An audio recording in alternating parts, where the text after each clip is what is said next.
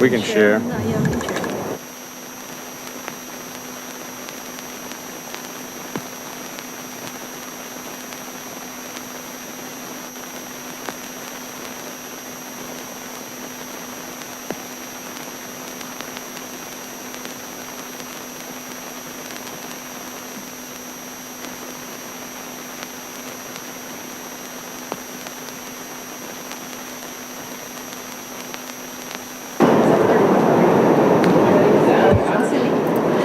Jeremy, this is Cindy. We're about to start.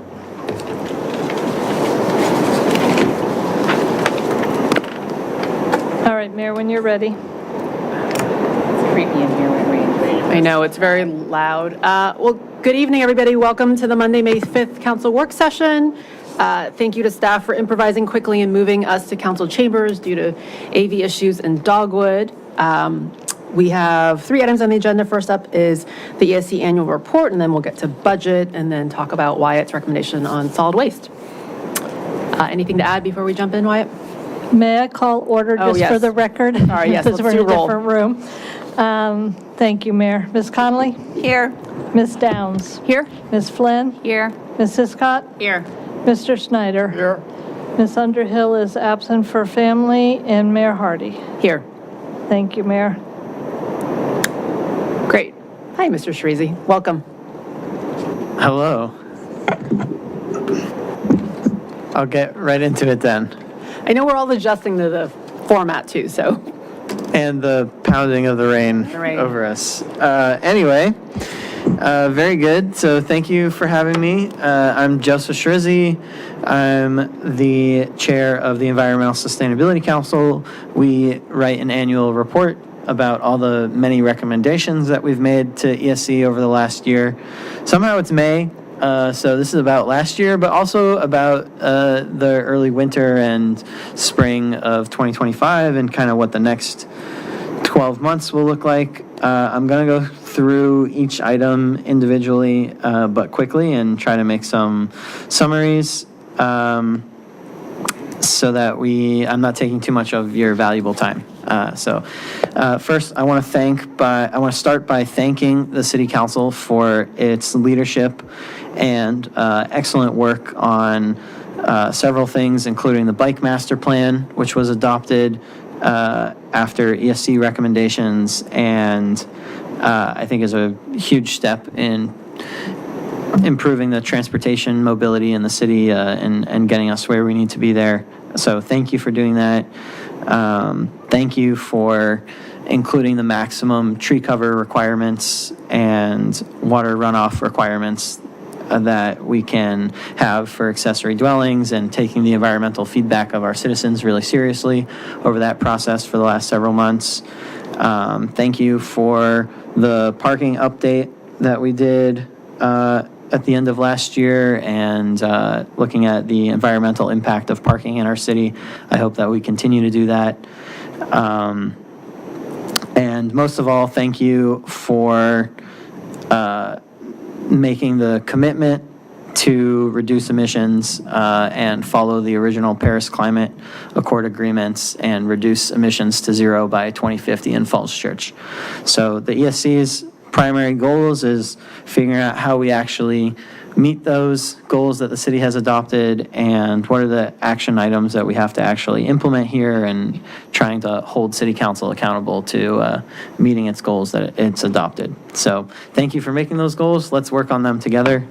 And I want to also start and take a second to thank Mike Trauberman and the incredible work that he's done as both the vice chair of ESC and just a member of our community. His experience really means a lot. We also have John Ward leading our Energy Transition Subcommittee, our Habitat Restoration Task Group, led by Amy Crumpton, and our Education Task Group, which runs Operation Earthwatch. Membership of these is open to anyone in the city. If there's anyone watching this video later who is interested in joining, we are always definitely, I think, looking for more citizen involvement. So just to go through our accomplishments for 2024, I kind of already mentioned a few, but the first is the one-stop shop, which was something, an idea that was added in the energy action plans to have this one place where citizens in Falls Church can learn everything about solar, about transitioning to electric appliances, and a lot more. And the work of Mr. Lawrence, who is our ESC liaison with the city, should not be understated. I think he's done a lot of really incredible work this year, and if you haven't checked out the One Stop Shop online, you definitely should. It's very impressive, and I'm pretty happy with how the development on that has been going. ESC reviewed the ADU code that was passed. ESC reviewed the bike master plan updates that were passed. I'm sorry? Okay.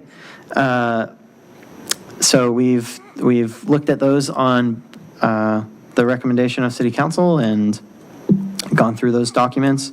And there was also this waste to energy facility that asked for an exception around certain emission rules that the city has agreed to.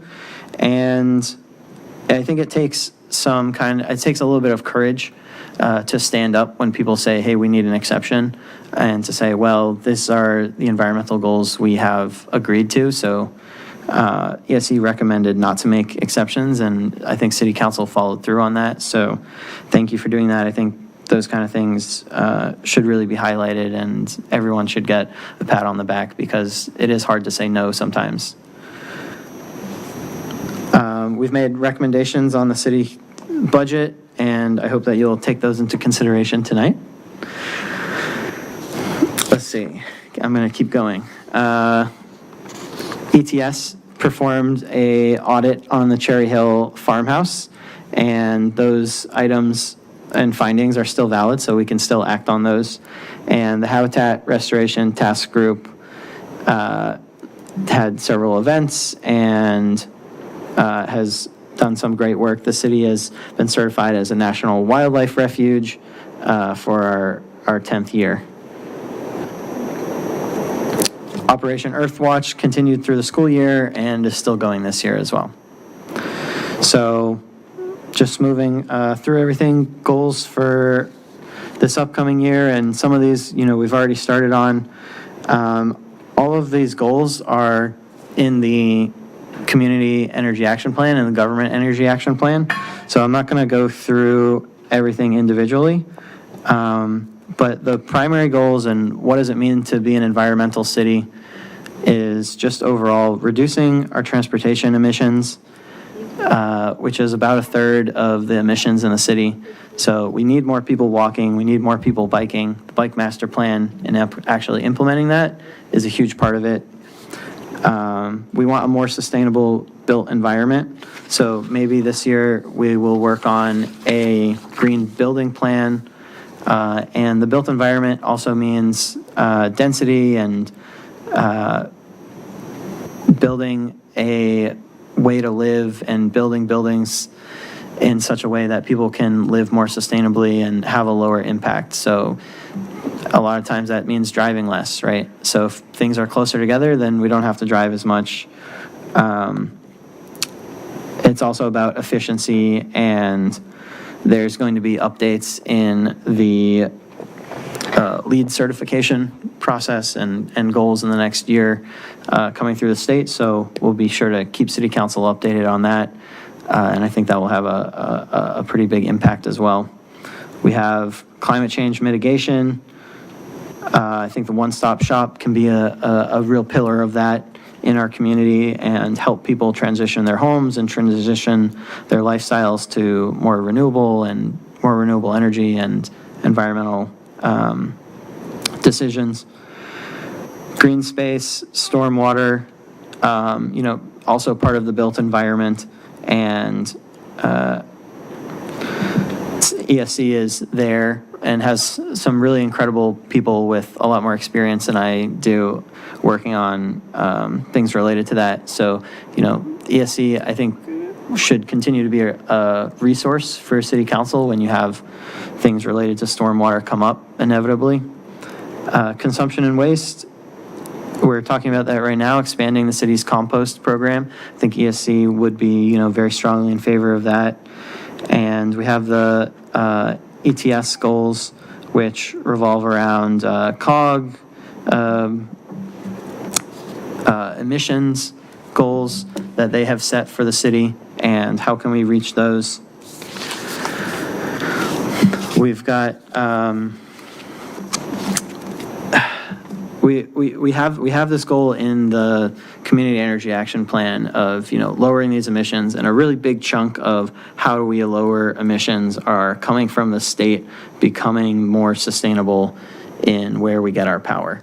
And if that doesn't happen or is not on track, then the city should do more to meet those goals sooner.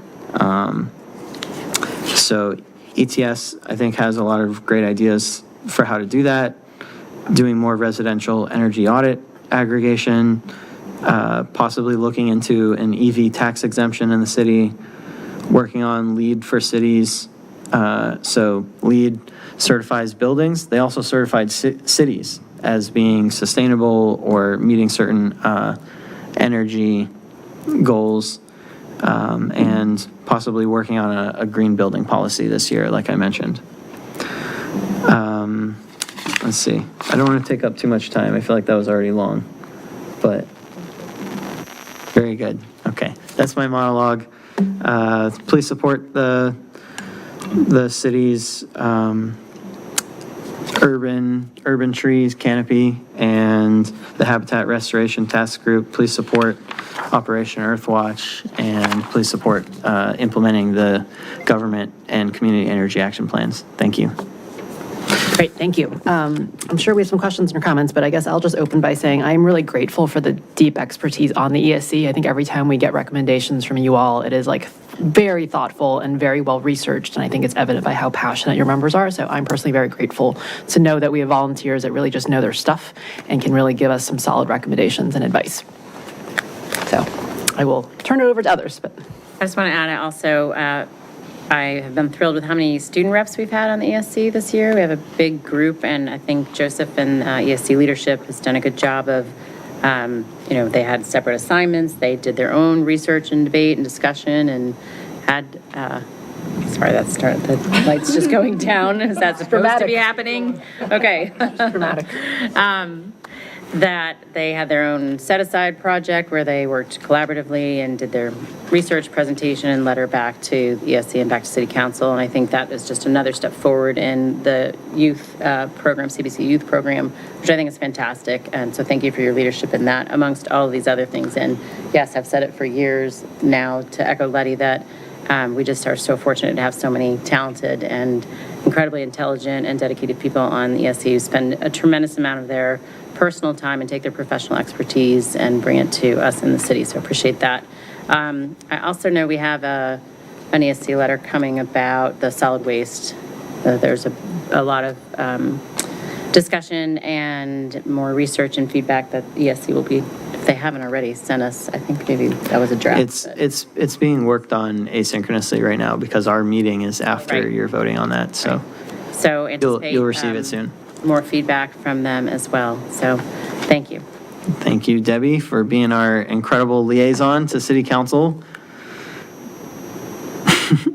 Any other? Or, excuse me, Councilwoman Hiscott. I'll echo the mayor and vice mayor's comments, and just thank you for all the committee and subcommittee members' continued engagement. I know that you do bring a lot of expertise, and that can also be frustrating because we don't always move at the pace that you would, necessarily want us to, but it is important to have that continued conversation and to constantly be reminded of what the city could be doing, or within budget constraints, what it should be doing. So thank you for kind of the constructive input and feedback that you and the council continue to provide. I'll just jump in there. Yeah, to Vice Mayor Hiscock's point about the students, the Operation Earthwatch is something that's been around a long time. You know, my kids who are now in college did it. And so and I know our own Naomi Goodwin helps with that. And so I think that's a terrific way to get our young people involved in environmental causes. And what I really liked when I was reading this report is that so much of it, I feel like we've already touched on in different things. You know, we've talked about really trying to encourage more scooters and e-bikes, making things more walkable. I know we've talked about better green building codes. We've talked about that. And, you know, so I guess I really like to see those same themes that are in your report that we've been discussing. Two questions for you. One was, you mentioned, I guess it was the ETS subcommittee, about having financial incentives for electric vehicles.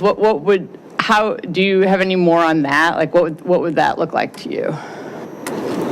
Would it be like a tax credit or? Yeah, it'd be a credit. Yeah, off the personal property tax, or? I'm just curious. Off your personal property Okay. tax, and we haven't pursued it, given. Oh, no, I was just Yeah, but curious. It is, we are allowed to do it by state law it's just the administration of it might be challenging, so we haven't taken it on, but we did look into the legality of it. Okay. And the state code, and it is something we can do moving forward.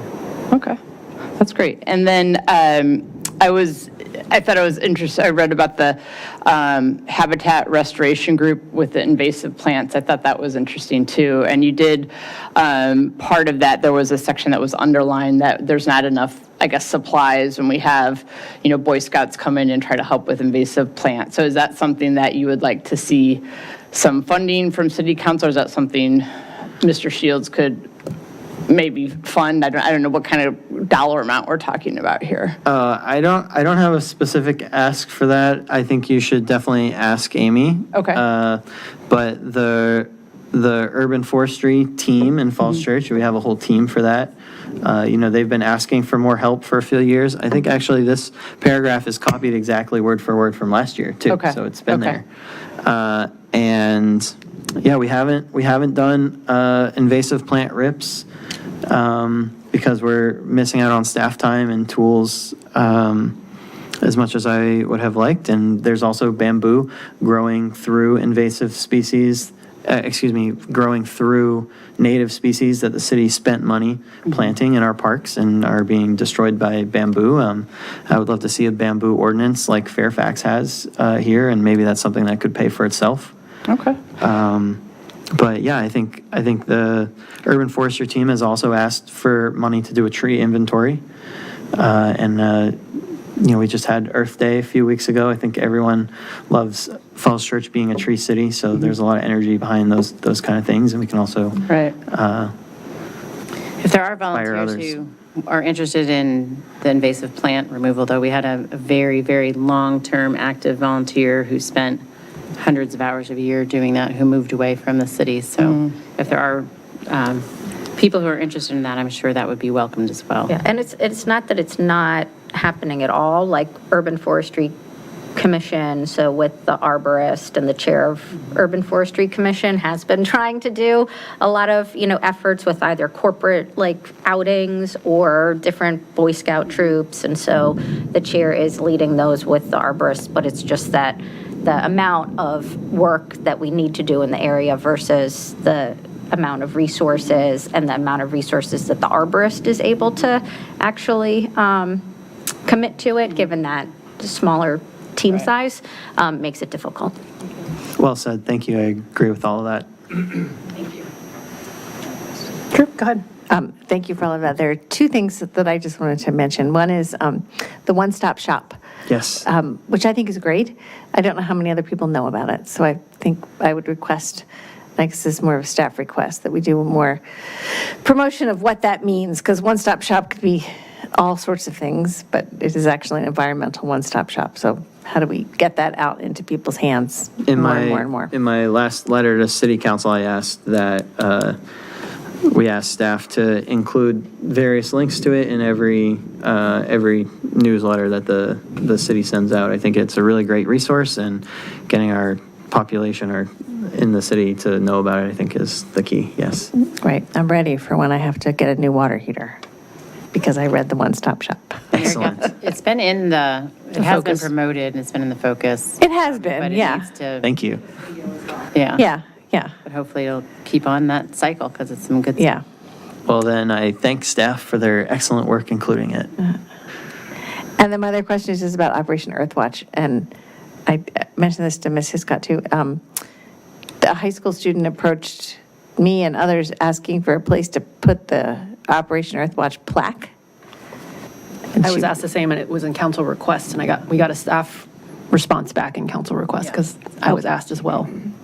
I don't know anything about that. I'm sorry. Okay. They need a new home for their They need plaque. to know how for the plaque, right? And it is in budget council request from last week, and it's really just a challenge of our facilities. And so the suggestion that went back is maybe it could rotate among the different schools, public, private, and kind of be visible to encourage other participations. But we're glad to work with the volunteers.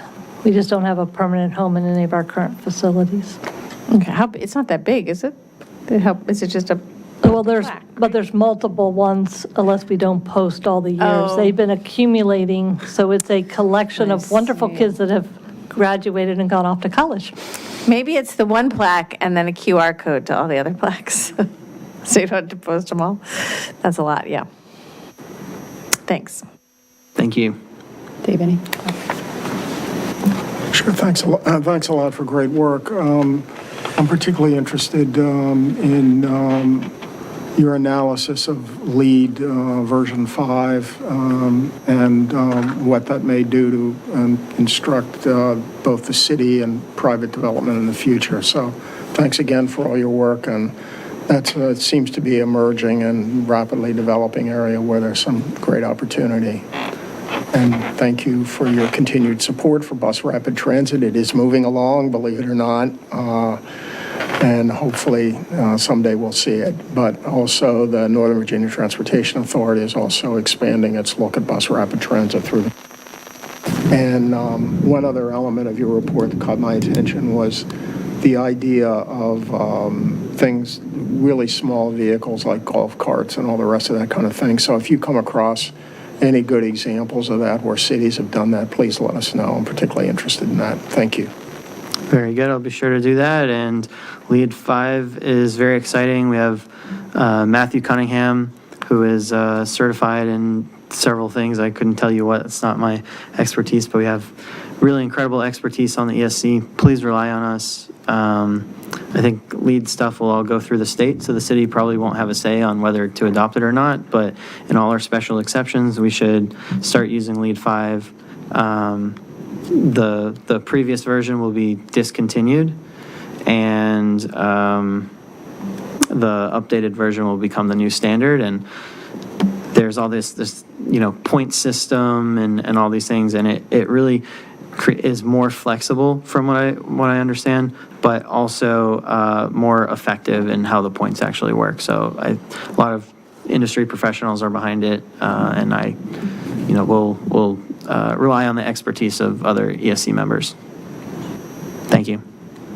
Okay, to wrap up, so first of all, again, thank you. I wanted to point out for both my colleagues as well as kind of pose it as a question. So on page 3, you called out that in 2023, we adopted the Go EAP and CEAP with a goal for the city to be net zero by 2050, and we are currently not on track to meet that goal. That's like, true. That I needs to did be in say like that, yes. red letters, because as council, we committed to that. And in the vein of like holding ourselves accountable, like what do we need to do to get on track? And I would like that to be kind of more front and center for council to kind of think through and understand what the implications are. And I think you outlined a bunch of steps to kind of get us there. But so first, I think one for my colleagues to kind of internalize that. Second, if you had to say, here are top 3 recommendations to get us back on track, what would they be? Implement the Community Energy Action Plan. But what specifically? It has a list of things, and if you go through it, it has a whole list. This is how much bang for your buck each single item in the list does, right? And we can't be 3, it has to be all of them to be on track. Like you said, if we want to reach the goal, it's not our top 3, it's all 20 of these things. So it's transitioning a lot of hot water heaters in the city every year. It's getting more residential's places to have solar. It's transitioning the city much more people to walking and biking. We have 0 miles of protected bike lanes in Falls Church, and we've been working on this for years, and we still have built 0 lanes of protected bike lanes. 0. We don't have any. We have to do that. We have to do that. ESC and I have made my own personal recommendations regarding the budget. Let's get solar on Aurora House. Let's get solar on these places that we've already paid money to figure out what buildings are okay for solar in the city. We already paid money for that. We got to make the investments. I would love to see the George, come back, or other transportation innovations that we can come up with are all equally important to me. There's none that is. I know it's really hard to pick favorites. It's your job to. Yeah. It's your job to compromise and figure those out. But it's my job to say do all of them. So I think what I need is, going back to the original comment, Yes. you all are the experts and have deep expertise. I understand we need to do everything we committed to in the plan. Yes. But I could use help prioritizing. Like, what are the first 3 to 5 things? The biggest bang, I think, that we're gonna for bang for a dollar, like how much we're gonna get dollar invested, is really making sure the purchase power agreements go through and that we're able to buy renewable energy for the city and for everyone in the city really effectively. But where our city is too small, so we have to work with larger jurisdictions, and that's happening. That's going through. Kurt's doing incredible work there, but just making sure that it keeps going. And the other ones are, is energy. There's like 3 major places where emissions come from in the city: commercial buildings, residential buildings, and transportation. And they're all about a third. And I think the best we can do on transportation is telling NVTA to move their butts and build that rapid transit, and let's get it done, and expediting however we can. And the other ones are harder, so it takes investment, and it could be solar, it could be the work we've done at the community center is a huge step.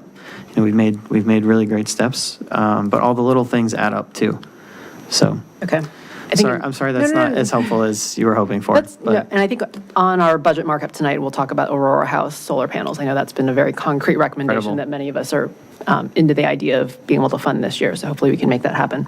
I think as we wrap our heads around how important this is, Debbie's going to make fun of me, think of things in the important by urgent matrix, right? It's very easy for us to go after the high important and high urgency things, and we don't often go after the really important but not quite urgent things, right? Right. And so I think I looked to the ESC to help us make this feel more urgent so we can prioritize more resources on it to understand, this isn't if you're going to hit these goals in 15 years, here's what it's going to take. Well, the first goal is 50% reduction by 2030. That's 5 years away. And when they started and came up with that as a goal, it was, 10 years ago. It's like, oh, we got 15 years. We've got plenty of time, 5 years creeps up on you very quickly now. So personally, I don't think this is the ESC specifically, but personally, I would really love to see the city tackle parking minimums this year, which I think will have a very big impact on the built environment, which again is like 2/3 of our emissions, and also affects transportation. So, that could be a big effect on all 3 kind of those focus areas.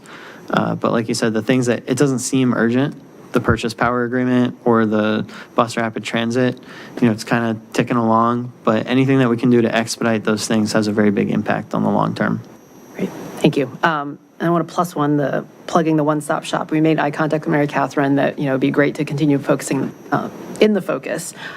We all, or many of us, got our tax bills this weekend, so I think it was great that we made a plug for the focus. So in general, it encouraged staff to continue to use mailers like that and work across departments to take advantage of those opportunities to communicate to our members of the public when we are doing that. I'm also interested in the running bamboo ordinance. I just read Fairfax County's. I don't know how easy it is for us to copy and paste what they did there, but that seems like something that feels very tangible and actionable. So if you all have recommendations on how it's gone in Fairfax County since they implemented in 2023 till now, I'm open to hearing about it. Oh, I brought this up last spring, And I was told by Wyatt, I believe, correct me if I'm wrong, in an email that the city already has one on the books, but we don't have the manpower to enforce it.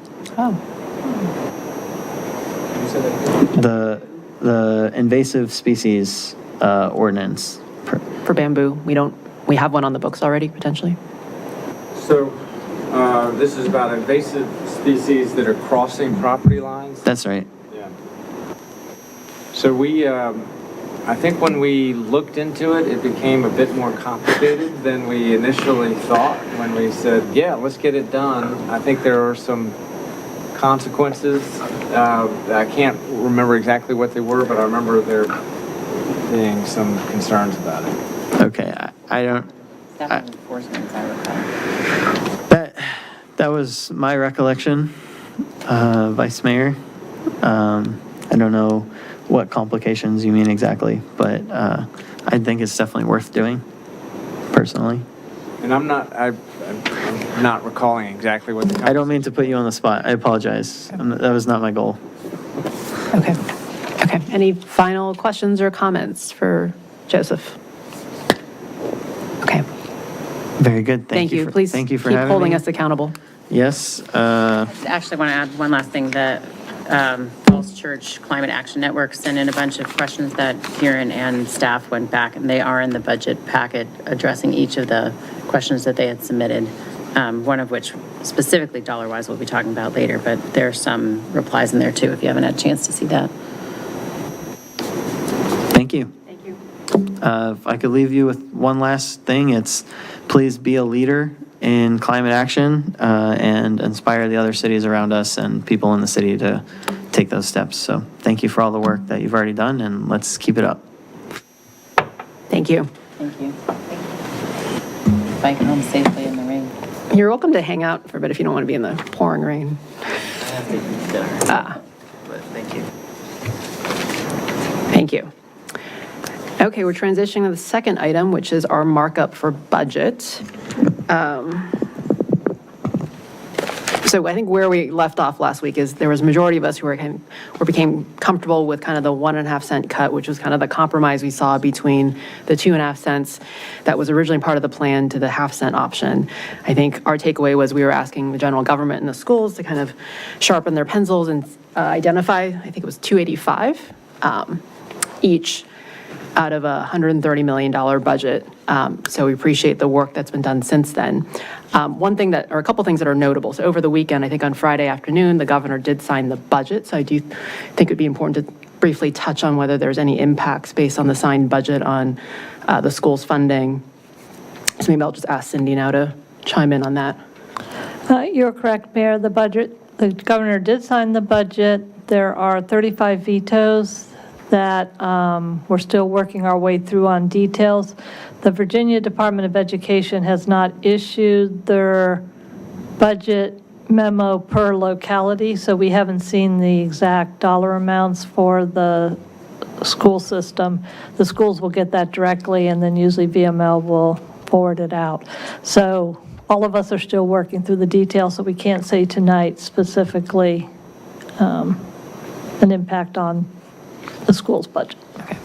Based on my conversation with the school board chair, I believe they already assumed that this was going to happen, so I think it's neutral, is my understanding, but would be good to confirm. Yeah, that's what Wyatt and Karen need to officially confirm, because I can just give the numbers once we get them. Okay.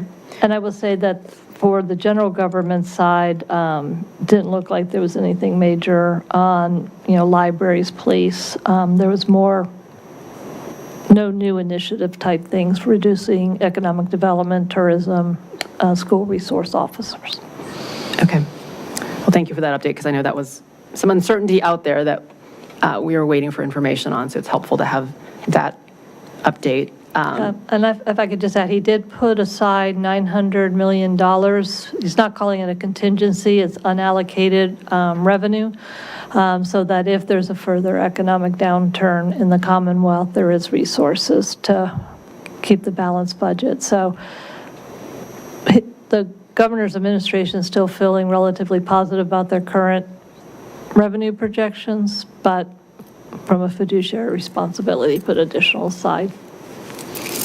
How much did you say they set aside as a revenue contingency? 900 million. 900 million, okay. That a percentage, as a percentage? They didn't put it out as a percentage, and I didn't calculate that. They mostly reduced one-time spending, about 600,000 of that's all capital, so it's not an ongoing funding. It's deferring state capital projects. And I think I read in the news article you sent out, Cindy, that they expect or they think they might be reconvening this fall. Yes, that's been the anticipation, that there'll be a special session. I will note, on a positive front, they did fully fund Medicaid, so they did keep the state budget matched to the federal for our more vulnerable population as we go through an economic downturn.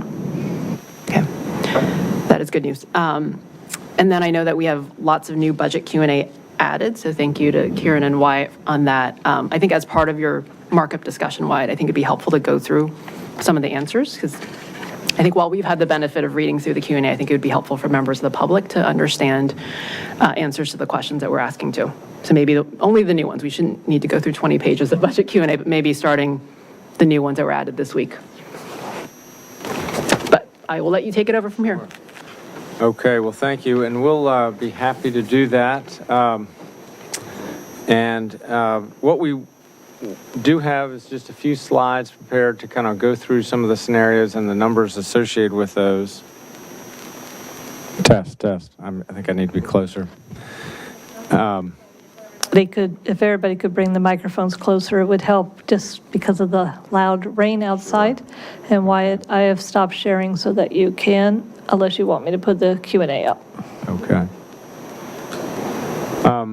Maybe we'll just hit some of the, I don't know which questions you wanted to spend sort of the most time on, but the, and you know, one that I'll skip to question. I thought 39 through 43 were especially helpful for me, but I guess I'll look to council to see if you all have had a chance to review the answers. And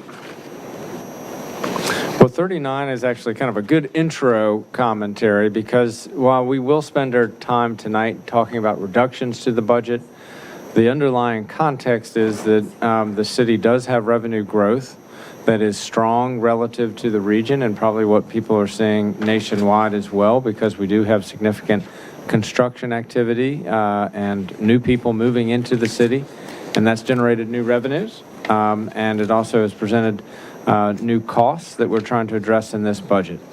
So if we were to reduce our spending by the $285,000 that's associated with a 1.5 cent tax rate cut relative to the current rate today, then the school transfer would increase by 4.8%, and the overall school budget, which including the state revenues that we were discussing just a moment ago, would grow 6.6% overall. On the general government budget, it would increase by 5.9% overall. And the increase from the local tax revenue alone is 4.5%. So we're talking about spending reductions, but that's in the context on the general government side of a budget that's growing, you know, just about 5.9%. Or if we go with other less deep cut scenarios, you know, we'll be growing something in the nature of about 6%. yeah, and 39, I think, and 43 actually go together, because 43 shows you what our neighbors are seeing. I think I've said several times in my comments that our budget growth, even with this reduction in revenue forecast, is still 2 to 3 times what our neighbors are seeing. For example, Arlington's budget is growing 2.2%. Certainly compared to the large jurisdictions, Arlington growing 2.2%, Alexandria 3.2%, and Fairfax County, the budget growing 4.16%. Fairfax City has some special costs associated with their capital program, as well as their contractual costs for schools. So that's a 14.6% growth in the proposed budget, and Vienna 5.1% growth. Thank you.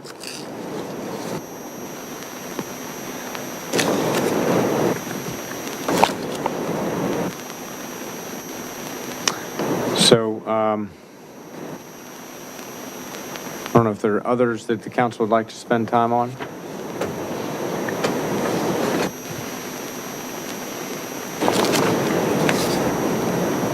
I don't really want to spend any time on it necessarily, other than I think it's a point of pride when you look at number 44 in terms of where the general average merit and COLA, that we're looking at 5%, and which is higher. It's not higher, nobody else is higher in this list. We are the same as Manassas City, but higher as a percentage than all the other jurisdictions. So I just think that demonstrates a continued commitment to supporting general government and school staff. Yeah, thank you for that comment, and thank you for the context of supporting our workforce. And I think that is a core part of this year's budget. It's the largest single component of the budget that's proposed in the coming year. Any questions or thoughts on the budget Q&A?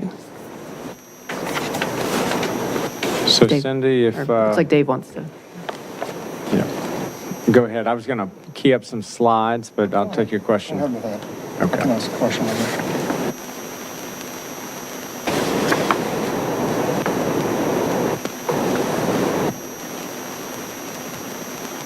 You think we're still going to be in a drought after this? Are we still going to be in a drought after this week?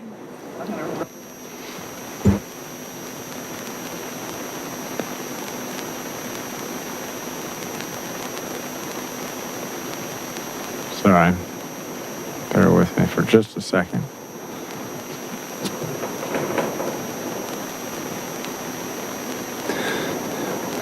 So, I want to see if people can sort of see the font on either computers or up on the screen.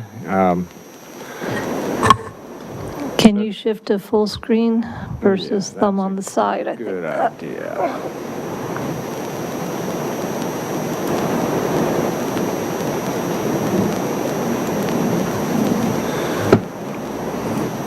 So in terms of context, with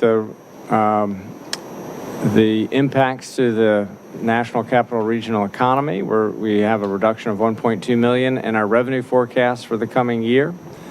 And we discussed at the last meeting some scenarios where we could address that $1.2 million shortfall.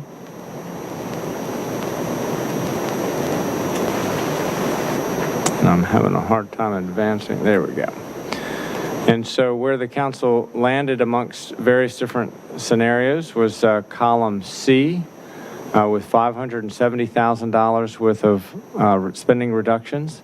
And under the revenue sharing agreement, that would be $285,000 of spending reductions for both the general government and the schools respectively. The impact on the median household in the city for the real estate would be $502, and then $526 altogether, including the sanitary sewer fee and the stormwater fee. So the budget reductions, we've been tinkering with them a little bit since the staff report was presented, but these numbers, sort of the concepts are there and remain intact. And so that's kind of the significant position that would be a reduction would be the community planning and economic development director position. We discussed the impacts of that at your last meeting, and we can discuss those in more detail tonight. Watch night, the elimination of that's the direct cost plus overtime for that event. And those two were the two that the council sort of in a straw poll said, probably keep those on the table, but then identify some additional reductions to hit the $285,000 target. So there are two new ones in human resources. One would be the citywide training budget, a reduction of $24,000. So that would reduce what has been a really important program for the city for professional development. We still would have more funding there than we had 3 years ago because we have consciously grown that. And so the final amount that would be available with the 24,000 reduction is About 76,000. So about $76,000 would remain in our training and development program for citywide training. It is noteworthy that in other departments, there is still funding for continuing education where staff need it for their credentials, such as engineers and planners, and departments also have training budgets for conferences and things like that. But this is for citywide training initiatives. The NeoGov Human Resources Suite is a kind of a hiring and onboarding suite. If this is cut, then we would rely instead on a module that is with Tyler Technology that we've not deployed, but we would have another alternative with that to be able to still have some automation still with those processes. The renewable energy credits, the dollar amount for that program that we're using today is $13,000. So that's what that reduction would be if we were to stop that program. And we can answer questions about these if there are deeper questions. Emergency assistance at $8,250. We'd bring it up to $25,000 in the coming fiscal year, which is a pretty significant. That's always been a very small line item in the HHS budget, and it had already been increased in the proposed budget, but this would take it to $25,000. So one other thing I just kind of left here as a blank line. Senior tax relief is something that is going up. We are absorbing that in the abatement line item in the budget, but that does put some vulnerability to the city budget. And so in other options, there might be some thinking to possibly add funding for senior tax relief. I'll stop there just to review that list, and then we can talk other scenarios or answer questions on these. Okay. Mary Beth? The NeoGov HR Suite contract, I feel like I read something about this over the weekend. This is one that has not been enacted yet. The contract was right. purchased, but nothing has happened with it yet. That's right. But you didn't want to use the Tyler Technology one originally. I mean, we want functionality here. We want this to be something, we want to be able to hire people, get people in on board. Efficiently. Right. And well. So is this going to be a step back in that effort? I mean, for 10 years, we've been talking about improving this process and fully staffing out all of the departments. And one of the big stumbling blocks has been HR, the proper kind of package of software. So we've been looking for tools to help our small staff do that work efficiently and not have to to kind of help streamline it. And so we would, if this cut were made, we'd go in a different direction, but we would like to have this resource is the bottom line. So you'd prefer not to cut this one? It's in there, but it's... I mean, we would prefer, all of these. You prefer not to cut any of it? They're all in our, in our original budget, and they've all Yeah. had thought and planning associated with them. Is there some cost in the NeoGov because we've had it and haven't enacted it yet? No, I don't believe so. Jenny is here. She might be able to answer any more detailed questions on it, but I don't believe so. And we have a microphone here or one at the table. Yeah, why don't you both come to the table if you'd like.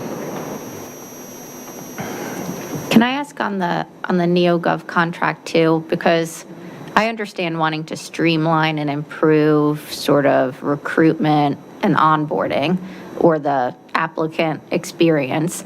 But if we're talking about a 3-year contract and the 3 years coincides with a time when we may not have as many postings, like just kind of your view on what it is that, the alternative and kind of where the alternative stacks up in comparison to this suite if we may not be using the full extent of the suite given where we are in terms of just hiring generally. So I think it's a good comment. I think emerging out of the pandemic with the growth that the city experienced and the relatively high vacancy rates that we were experiencing, onboarding just a significant priority. And we didn't significantly grow our HR staff, and so we were looking for tools to make that more efficient. Looking ahead, it likely is going to be a different hiring environment than certainly what we experienced over the last 3 years. So that's one of the reasons why, as we were looking for reductions in spending, that's one of the reasons we brought this one forward. And maybe you could just comment on why we haven't implemented it. Is it time or functionality, or, and then also, does it tie into the conversation you were having? It doesn't tie in at all to the munis and the alternative, that's treasurer and Commissioner of Revenue, exploring different options. Are those related at all? If you could just comment on that. So the enterprise resource planning does cover HR functions, financial functions, Commissioner of Revenue, treasurer functions. So in that respect, they are tied together. So to go back to your first question, I think was on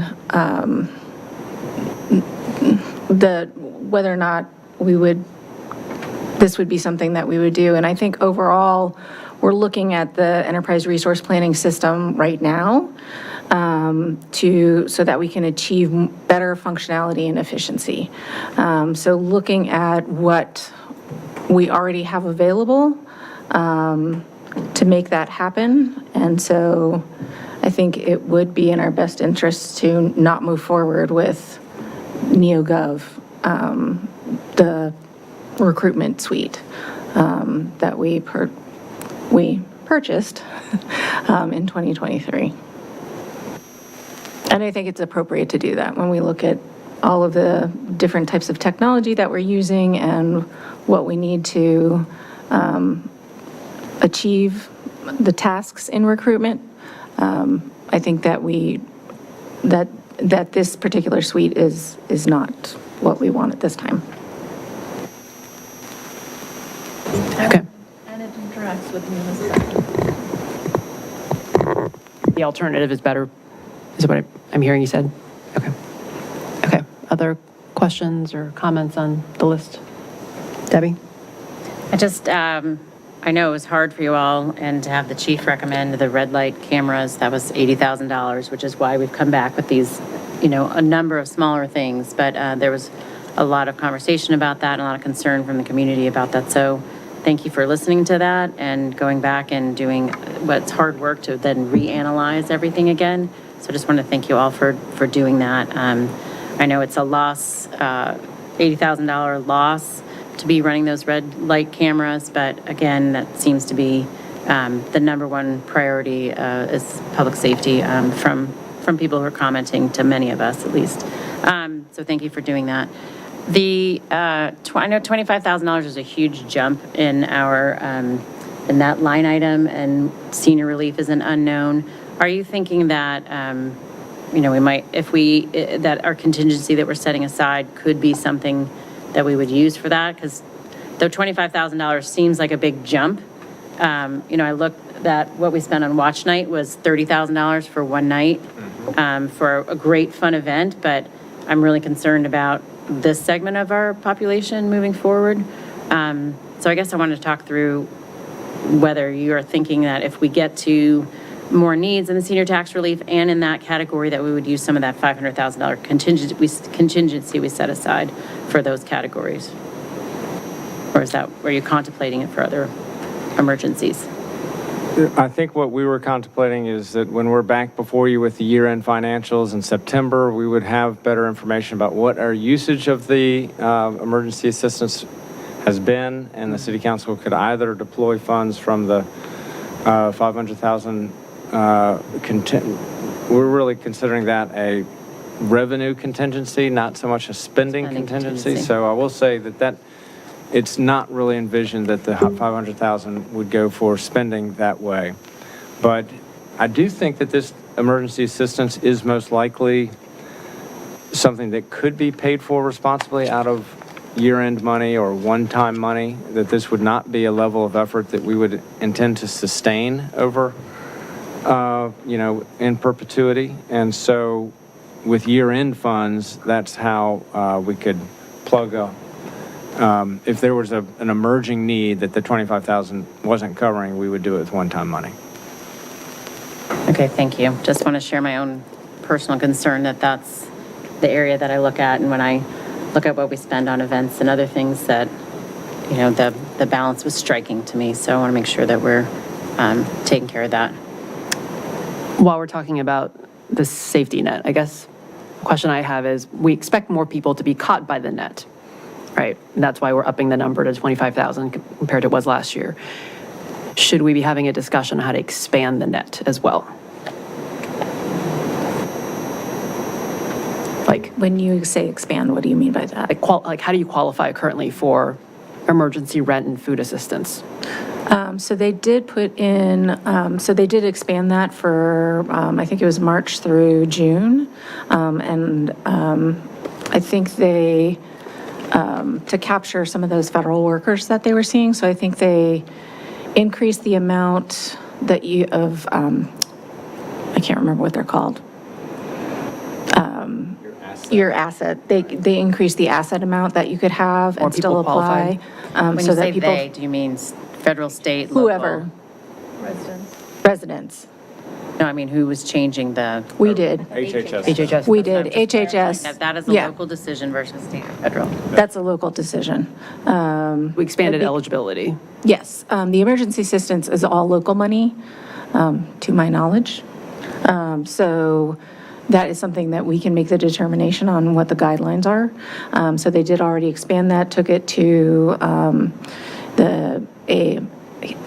Human Services Committee, and had it approved. And so they're going to keep track of the statistics. Since March, they've been keeping track.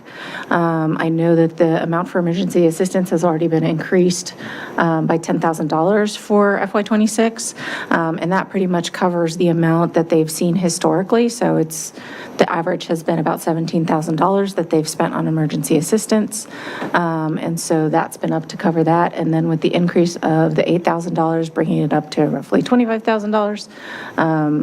In talking with Dana and going through some of their data, I think that would be adequate.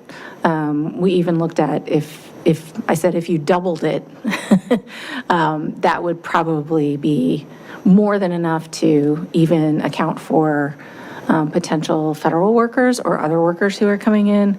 The federal workers, I don't think they've seen any expansion to that besides the 3 or 4 that came in originally. So in the last March, April, 2 months, it's been 4 people or 4 families.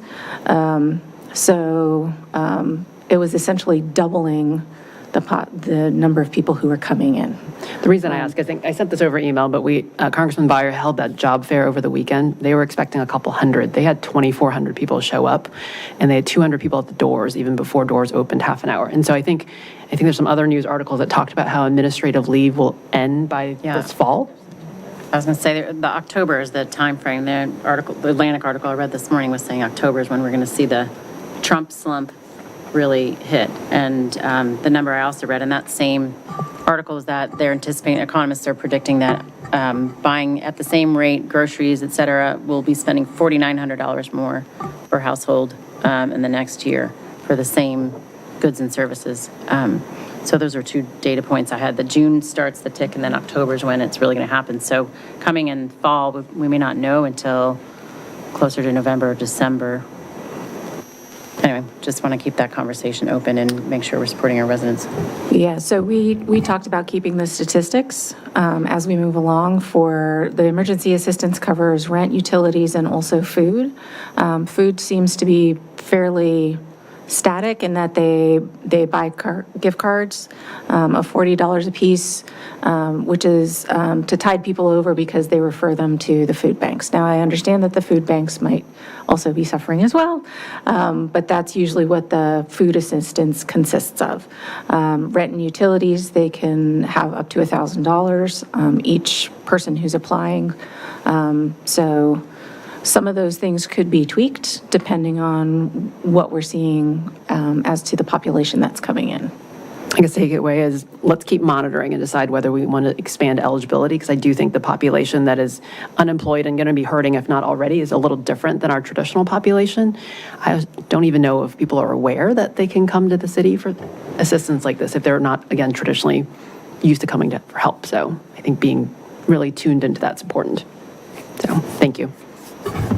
One thing I would like to just sort of, I know that Ms. Connolly and I at the last meeting, we both, I think Ms. Connolly, you were looking at more of a 0.5 cent reduction, and I said I'd prefer a 0.5 cent, but I could go to a cent.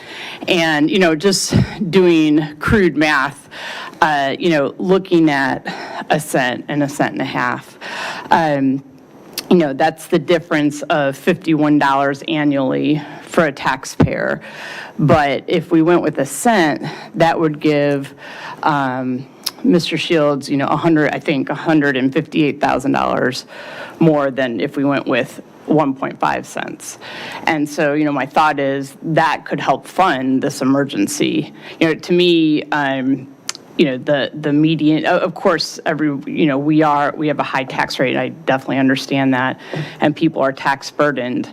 But again, you're talking about, about $50, $51 annually between 1.5 and 1 cent for the annual taxpayer.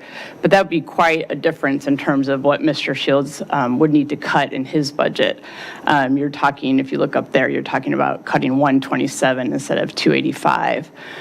And so there's a whole, I would leave that to the majority of the council with how they would want to, where they would want to put that extra money. But, it is something that I know that the majority of our council right now, has been talking about 1.5 cents. But, in conversations with several school board members this week, they're understanding that we're in a tough spot, and I think they're trying to really figure out where they could, how they could help out and compromise. And with that, I had talked to a couple people and floated, we've had many emails and public comments about not, sticking with the 0.5 cents, which I don't think we have the support for that on council.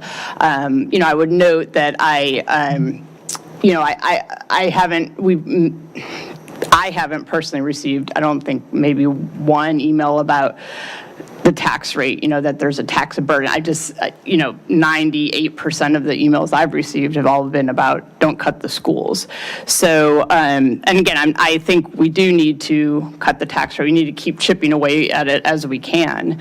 So, my thought is I'm still looking at that 1 cent cut. Because I think the school board can get to 1 cent, and then I think both sides have shown some compromise there. And I do understand 1.5 is a compromise from where we were before, which was 2.5. I get that. But, the schools, their perspective is they came in at guidance, they didn't want any kind of cuts. And so now they are entertaining, doing that. That would be the equivalent of a $127,000 cut to each side. So I just wanted to throw that out there. It's just something to think about as well. Thank you. Other thoughts? I don't want to shortchange. Do you have more to your presentation still? Well, it could kind of unfold. We did have some looks under a 1 cent scenario, but we kind of wanted to sort of see if there's a council desire to look at those scenarios. We also have the CIP that we can talk about, which probably isn't, that could probably wait until the end of the meeting. Those aren't too controversial. Go ahead. I mean, I will, I appreciate Ms. Downs's comments. I had a lot of those same conversations. I think I've been clear and also clear in those individual conversations with school board colleagues that I would prefer to be at the 1.5 cents, recognizing the year-over-year tax increases, the sort of, as I said, community survey results in terms of what we see that isn't always as easy for people, to come forward and self-identify as those who are, burdened and feeling particularly burdened by the increasing year-over-year costs, not just, what we see in terms of that one answer, but just because of assessed value increasing so much. That said, I do, and am sympathetic to our school board colleagues saying that, that they don't feel as though they can sort of responsibly find the $285,000 with the time that they have.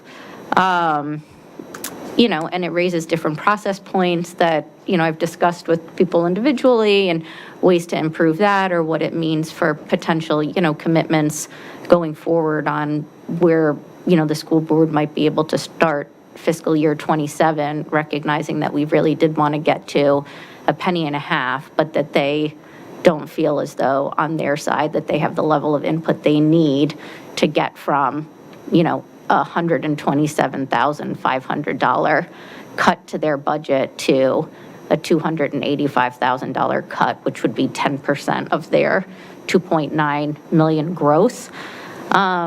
So, I am kind of more willing to compromise after those conversations than I was when we looked at this a week ago, and would probably be comfortable enough with a cent, but I would want on the general government side for us to keep looking at more than 127.5 and looking at, putting closer to that, like 250 potentially, into increasing the contingency fund or increasing the senior tax relief, increasing the emergency assistance so that it's in the safety net sort of category of information in terms of what we're doing on our side of the budget, that maybe we're not at 285, we're at something a little bit less. Maybe you're able to keep, the citywide training for another year, but that, we're adding to the contingencies while also still trying to be responsive and maintain, ongoing relationships that we know are going to be increasingly difficult around budget issues going forward with the school board. And especially since, they also have the ability to take, more holistic look going forward with their budget.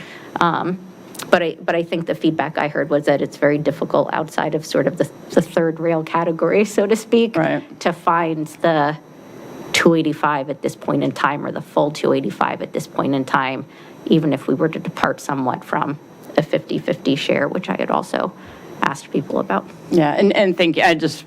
If that's okay to just respond, and that's, I think, what I was trying to get at was when we were just talking about the senior tax relief and all that, is that a way that we could put some more money into that safety net? But I will say that too, that, the schools, as we all know, has projected growth of more than 150 students next year.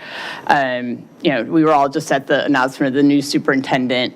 And there's a little division right now in our community. And so, again, my thought is, again, if we could meet at that 1 cent, I think that would probably heal some wounds. But, one thing I will say that I've, in my discussions with school board members, is that, going forward, and I know Mayor Hardy has said this many times, that this is, you often talk about this kind of revenue is not, this kind of budget growth isn't normal.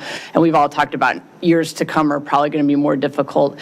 And so, in my conversations, I've said to the school board, I think you're going to need to have sort of 3 budgets going forward to say, worst, best case scenario, middle of the road, and then the worst case scenario, so that even if next year we get these revenue projections that, or what revenue is still not coming in great this time of the year, they're ready to go with their worst-case scenario budget. So I think there's a big process piece to that for sure. Ms. Flynn, thank you.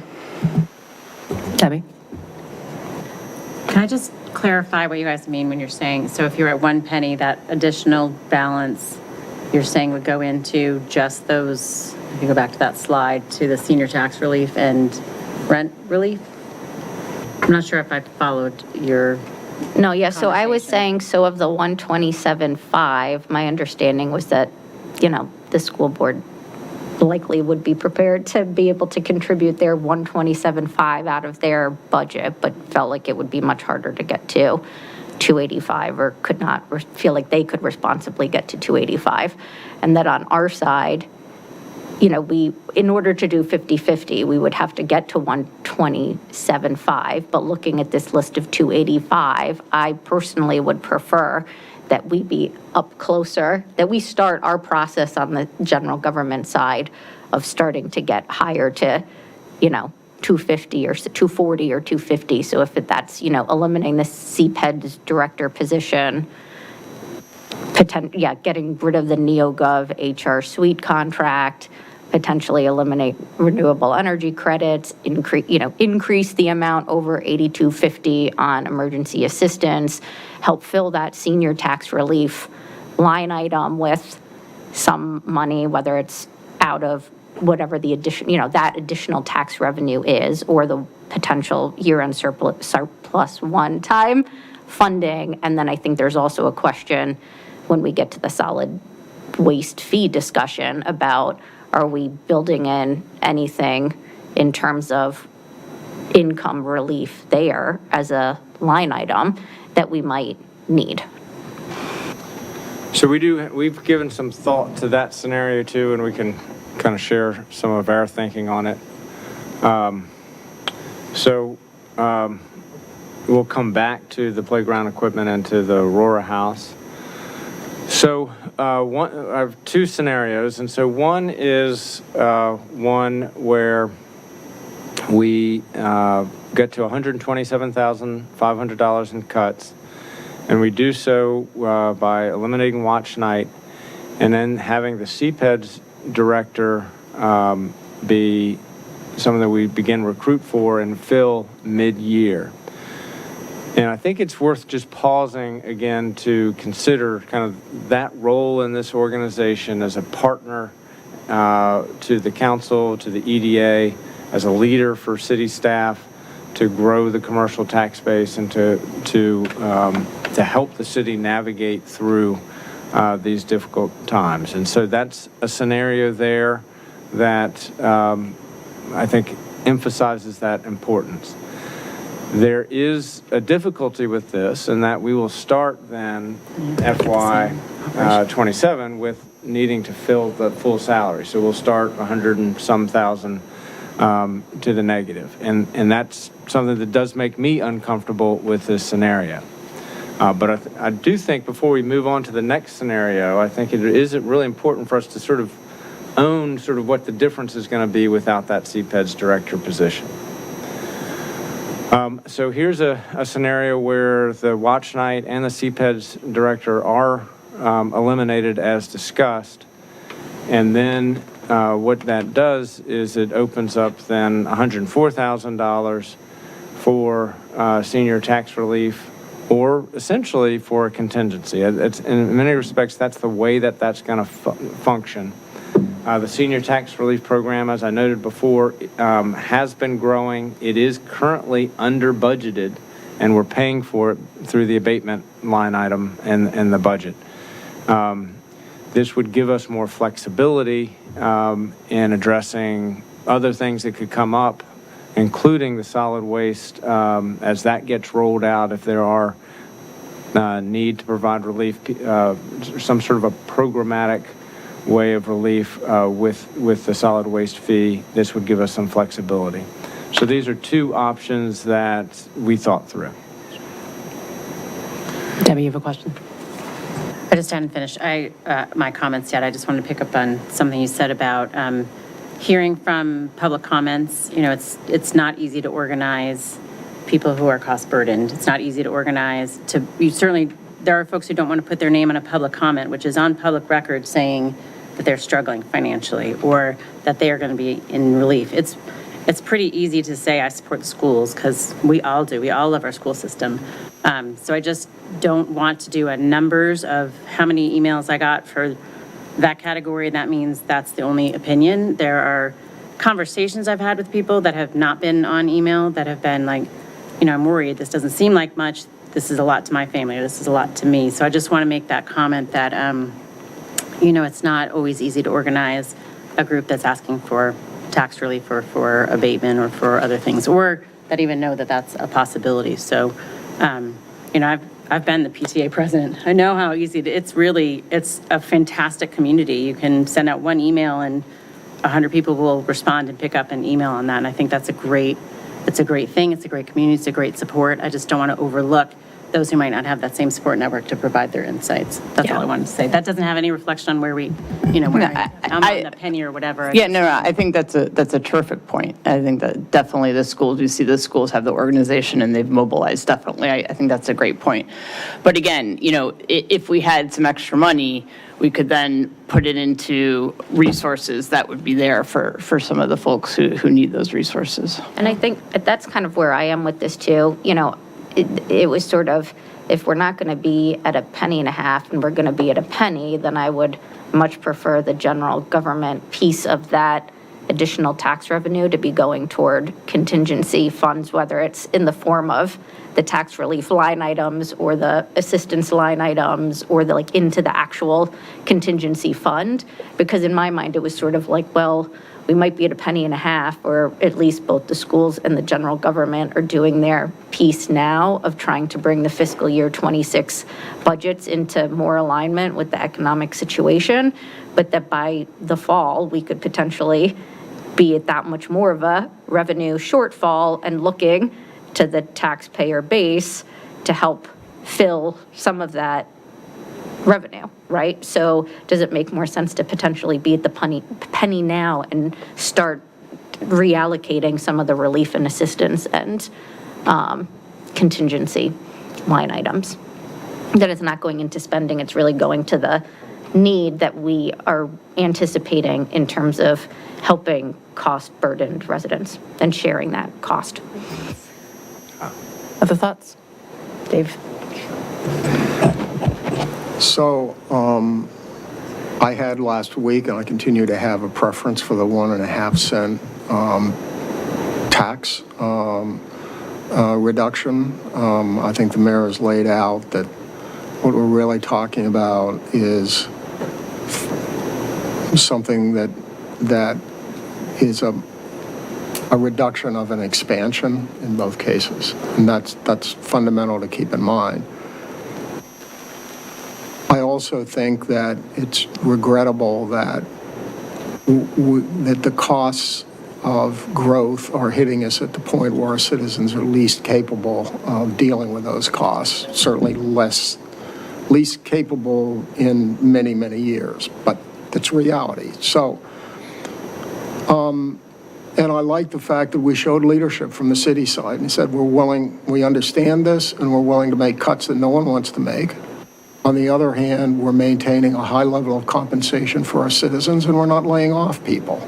And that's pretty fundamental, and we all need to remember that almost everybody else, certainly the federal government in many localities, are laying off people and they're not coming forward. So we all have to dig in and do as much as we humanly can, and I know we will, and our employees will as well. So I appreciated that, and I asked for the schools. The schools did come back to us and indicated that at least the number I heard was 142,000, but something less than matching the city. I would continue to ask the schools, can you do better? And I don't want to then pull the general government away from that level, because at that point, we're not really showing an example that I thought that we were showing last week, and that I want to continue to show. But if the schools come back and they say that it would materially affect the quality of education, I committed to all those people who wrote letters that I'm going to support the schools, because if the schools fail, so does the city. So I'm reluctant to go off of the target that we set, but in some senses, we've done our thing with the general government, and we ask the schools to do whatever they can do, and I think that will determine the ultimate amount. Now, let's say that they're unable to come up with the whole amount. Does that then justify general government reducing its reductions and then funding things like senior tax relief? Well, that raises the question, we're already setting aside a $500,000. So we're already holding money, taxpayers' money, that we hope we don't have to spend, but we may very well. And so the other suggestion was that we put even more money in sort of that category. And to some extent, I think we may be overdoing it. The taxpayers need to be able to hold on to their own money, especially in this environment. So I would like to stay with $0.015, but if the schools come back and they say they simply can't do it, I think we have to rely on what they say. And then we react accordingly. My view is I would keep the cuts for the city, and I would do whatever the tax rate ended up being at that point. Maybe an odd fraction, but so be it. So that's where I would be tonight. Again, if the schools come back and they say they simply can't do it without materially harming the schools, then I think that determined, then we have one of two options at that point. They've already been discussed tonight. One is to maintain the cuts on the city side, or the other is to reduce the city cuts and then put the difference into some sort of additional contingency of some kind or another. Thanks, Dave. Other thoughts? Mary Beth?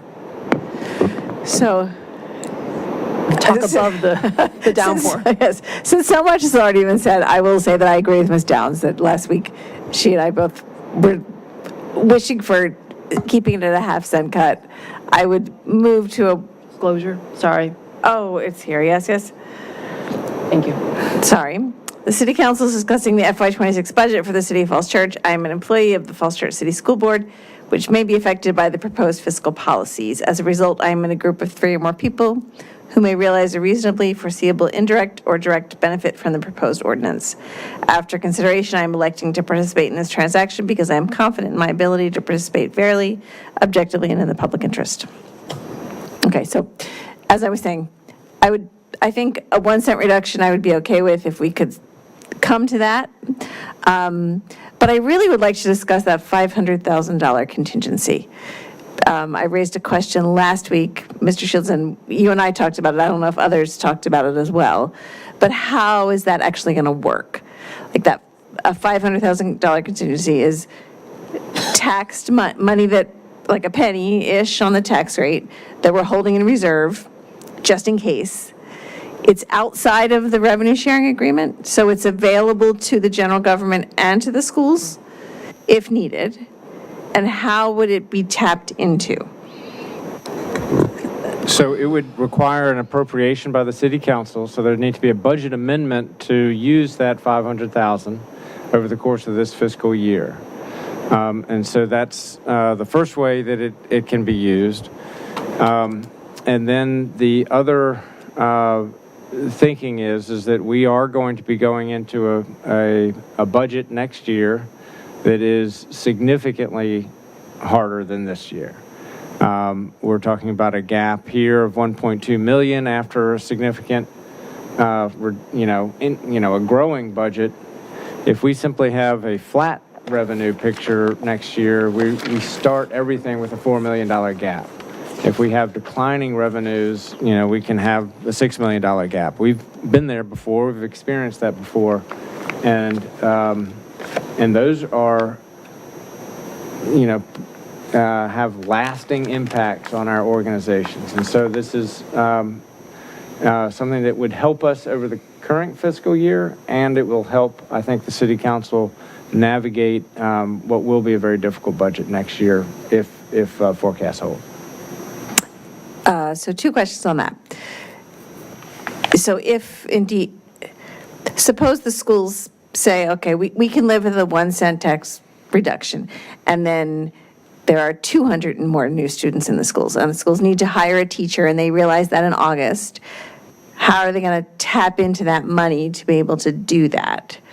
Would it require a school board meeting and 2 city council meetings to go through all that?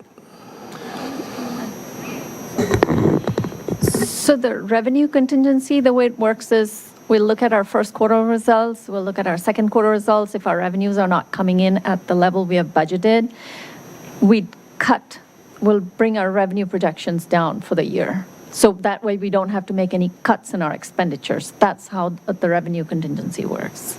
But if 500,000 is not enough and our revenues are more and more, and we need to cut down by $1 million, and we've seen this, I think 2008 or 9, in the middle of the year, we had to have the schools make a cut, and we reduced the transfer, and we had to realize cuts. So that's the other extreme, that if we go beyond the revenue shortfall of more than $500,000, then that's where we're going to end up being. Revenue contingency was a helpful phrase. When you said that to me, it clicked. It's not an expense Not an expense contingency, but a revenue contingency. But it could be either, really. No. I mean, it's a, Not The adding intent is to expenses. have it as a revenue because we revised our revenue projections now, just within a month and a half. We don't know how the revenues are going to unfold in the next quarter. If we look at the year end in September, that's when we have a good picture of the whole year. But again, the federal activity is moving and the impact could be larger than what we're looking at right now. Mary Beth, I understood it as sort of, remember in Budget and Finance, and Kieran and Wyatt showed we're at 1.2, but we could be at, this or this or this, and we were on this side in the least of the worst case scenarios, that this contingency fund is helping to plug if we're further along the scale in fiscal year 26 than we are projecting now, because it's getting that much worse without having to kind of actually get into the expenditures budget. So it's plugging the hole. well, that's how I understood it first, too. But then something that you said last week made me think about it the other way. So it makes sense. The first time it made sense to me. So then my other question was, we have this gigantic unassigned fund balance. Is that available when is that available to us as an emergency fund? Is it ever available to us as an emergency fund? Couple of things. As a CFO, my recommendation is that you tap into it. No, I didn't say never, but you tap into it only if your revenues are not growing and you're doing poorly year over year. Even with the 1.2 million reduction, the general fund tax revenues are growing 4.8%. So this is the time to look for operational efficiencies and cuts within our expenditures and not tap into.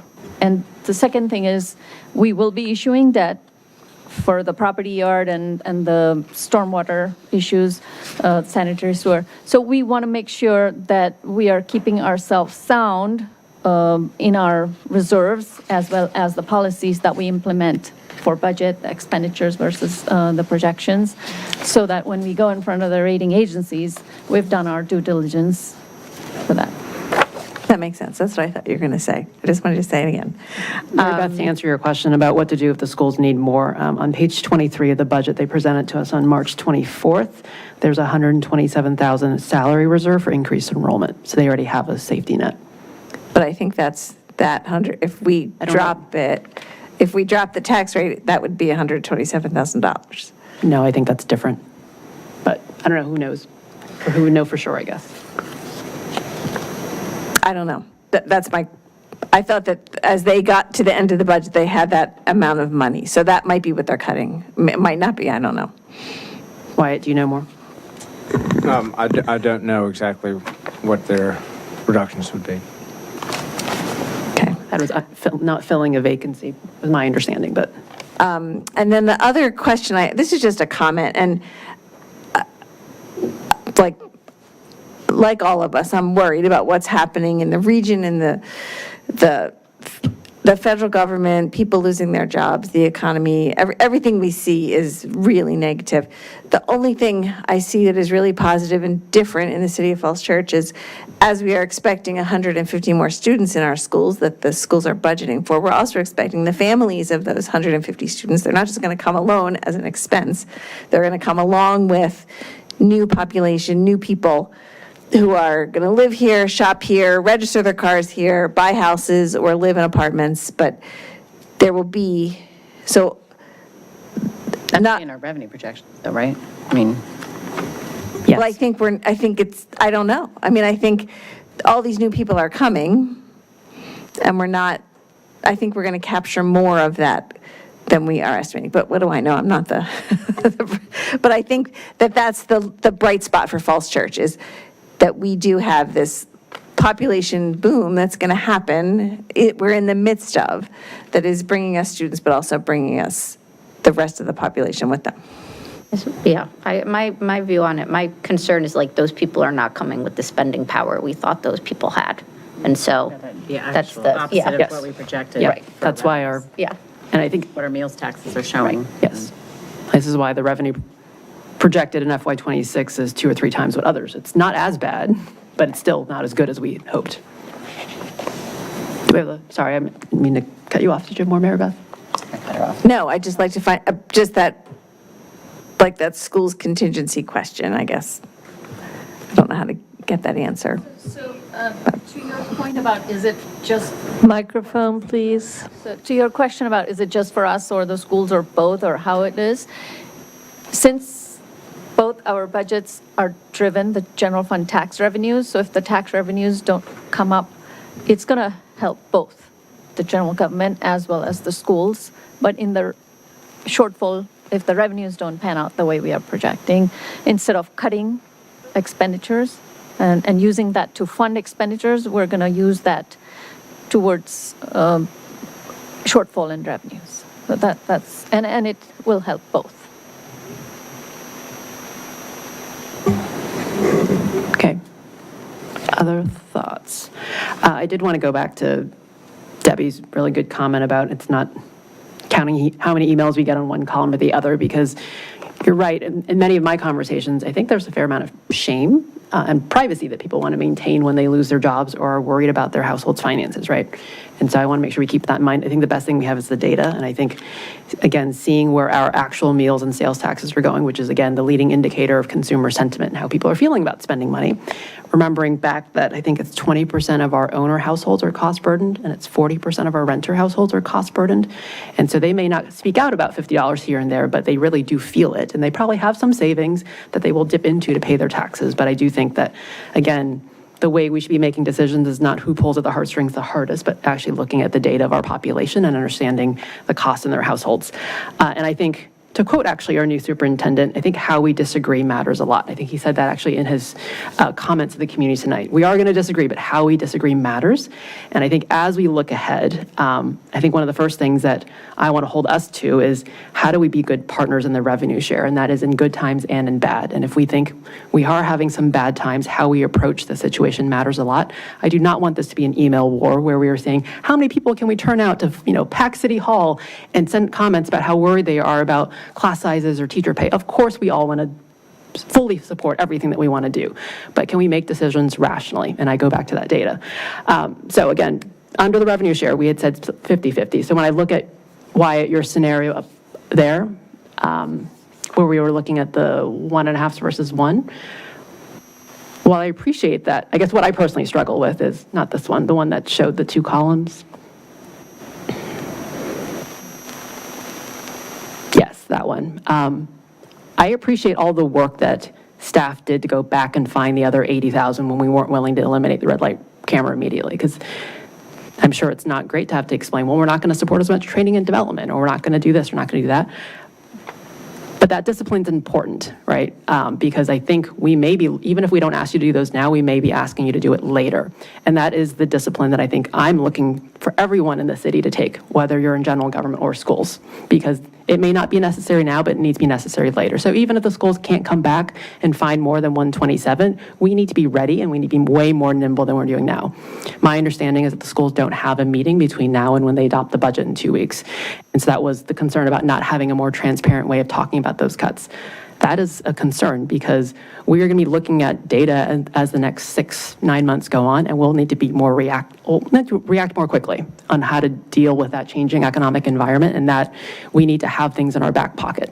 So going back to this, what I struggle with is one, I appreciate, Wyatt, you found additional things that we may want to cut. I continue to hold the belief that just because we have the money doesn't mean we should spend it. And I've actually heard pretty compelling reasons why we shouldn't continue the NeoGov. Sounds like we may not be doing much of hiring, and we may have a more efficient way of dealing with it through Munis. So even if we don't need the 16,000, it sounds like it's a reasonable thing to eliminate anyway because of other decisions, management reasons, right? Eliminating the recs, I think we've heard from our environmental advocates that that's not the best way to accomplish our goals. So that feels like, again, just because we have it doesn't mean we should spend it. Sounds like we should eliminate that. So if we take all those cuts, we will not be at 50-50. And so going back to the first thing I talked about, how to be good partners under the spirit of revenue share, I struggle with then we are not actually doing a 50-50 split and achieving that, right? So that's why I'm stuck is I feel like those are reasonable things to be cutting anyway, based on staff analysis and the work. But the end result is that it is really not a 50-50 split in the spirit of revenue share. And I think it's worked so well ever since we've had it in 2019 that I think it would be unfortunate to erode that. So that's kind of first thing. Second, I already talked about how important it is to be nimble in doing the work now. I think we've gotten a few public comments that actually pointed out some other reasonable ways that we find savings in the school budget. So I would ask that my school board colleagues, again, whether we do it now or 3 months from now or 6 months from now when we start the next budget cycle, we need to look at those critically and not, again, point to the options that draw the most people out to City Hall or send us the most emails, because we need to look at realistic ways that don't hurt our kids in the classrooms. And then third, I think for all of my colleagues, we have to remember that we on council are the ones that are wholly responsible for the tax rate and balancing the entire city's needs and what our population reflects. 30% of our population have kids in schools. I'm one of them.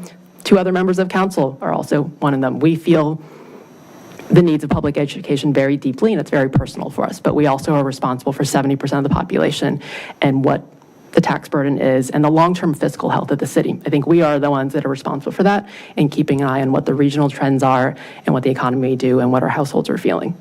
So I don't know whether we have a very clear answer, but I do want to at least react to kind of the 1.5 cent versus 1 cent, which is kind of ridiculous that we're arguing over that half cent again. Because I do think that, again, going back to our new superintendent, how we disagree matters, and keeping in mind that big picture and the approach going forward will matter a lot more than, fighting over half a penny.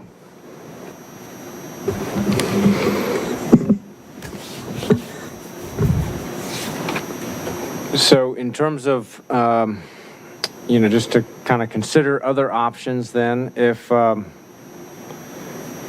we were to keep these reductions, the 285, and then the schools were at essentially like $140,000 of reductions, there's then about 145 that's still needed to get to the 1.5 cents. And so, I think the goal is to roll up our sleeves at this meeting and sort of figure out different options. So one option would be to reduce the revenue contingency from $500,000 down to, it would be $355,000. So that's less of a safety measure, and we're going to have a more difficult time next year at this time. But that is one option. The other option is some version of what's shown on this screen of having the tax rate at the 120 rate, but still have then some version of the 104,000 for some additional contingency that's kind of built into the budget as opposed to a rate reduction. Does the council want to sort of flesh out those 2 options?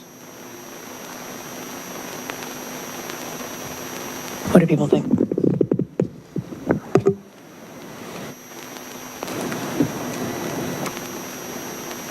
I'll say one thing. If you're going to take 155 out of the contingency, but put 104 extra into senior tax relief, does that?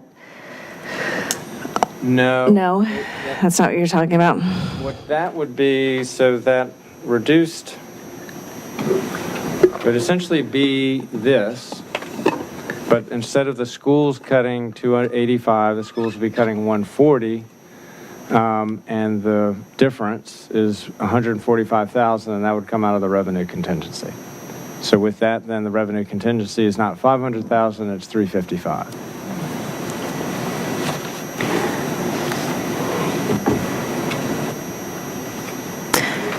Or we leave the revenue contingency alone and put more into the senior tax relief.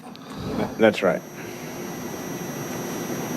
Those are kind of the two levers to work with. So, you know, as the, Sorry, or into HHS. that's right. So under this scenario with 104,000 for the senior tax relief, that restored funding for the NeoGov, restored funding for the RECs, restored funding for the training and development. Took those cuts off the table. I guess maybe start there. Okay, Like, yeah. it sounds like there's head nods around the room that those are the right things to cut anyway, even if we weren't asking you to do them. Is that right? Like, based on hearing discussion of them? The NeoGov, the energy. The recs. cuts. The recs, yeah.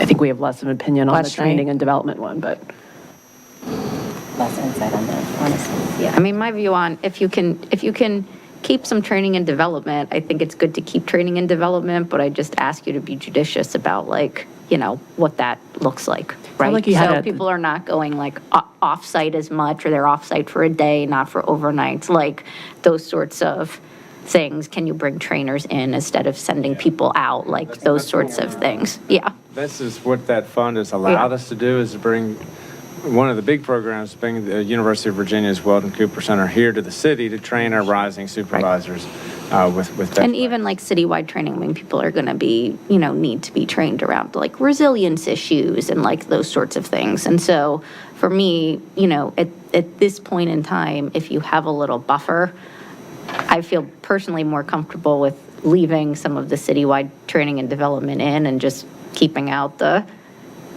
3-year contract and the recs and essentially being ahead, not like ahead, but a little bit ahead of where we need to be come next year, recognizing we need to kind of already make these cuts and then think about what more you need to cut going into fiscal year 27. I don't really want to re-inject all of these things back into the budget, so. no, I think we've Yeah. identified them. I think we should just do So them. under that scenario, then, that 104,000 becomes 133. And so that, you know, in terms of,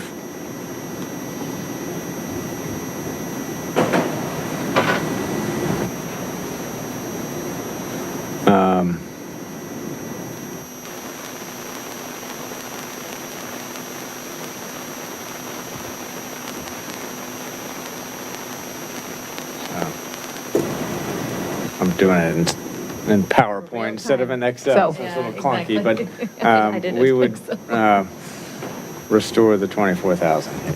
I'm sorry. So that cut would come off, and we would do the 16,000 here and do the 13,000 there.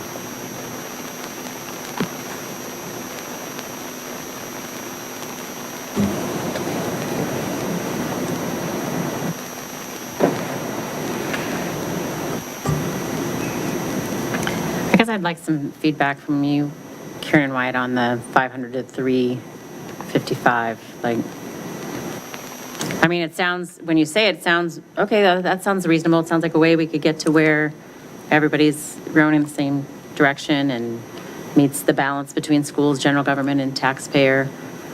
But how much are you going to be laying awake at night about that 145? Or, you know, what's some feedback? What do you have to, guidance-wise? Well, It sounds reasonable to me. It sounds like it gets to budget, but then I see you shaking your head like it's, of all the options, I'm trying to decide.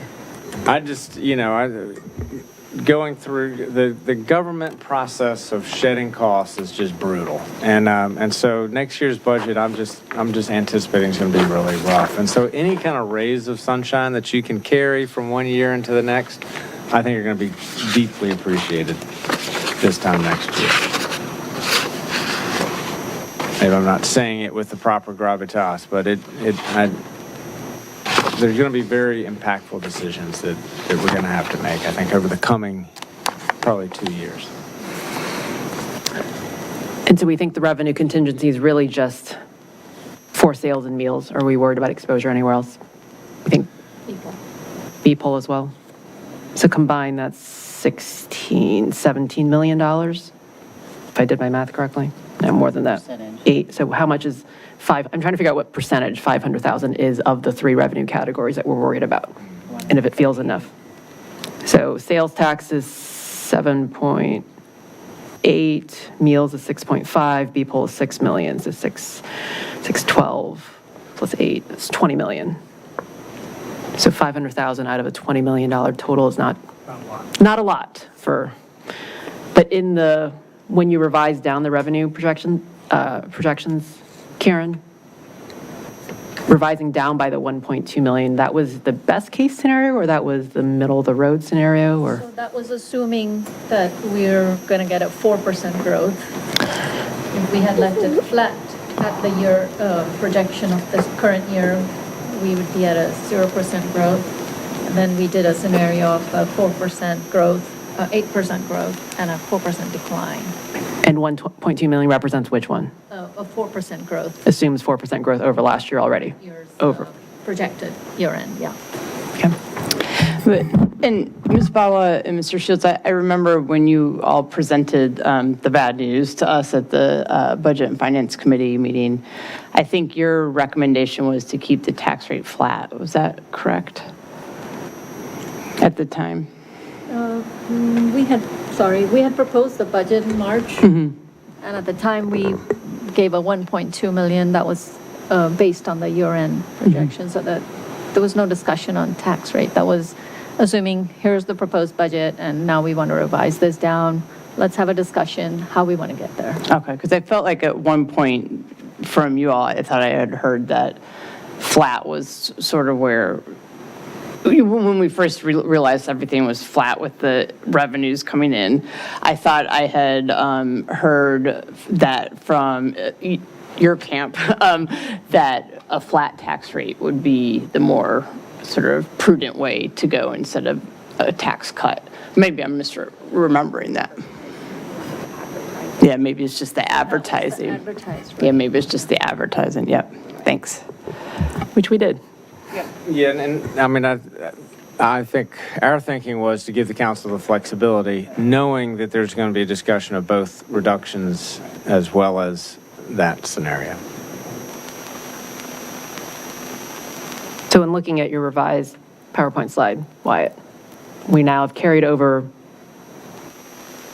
all of the same cuts minus training and development to both the $1 or cent and a half and the cent reductions. People look at that and react to that?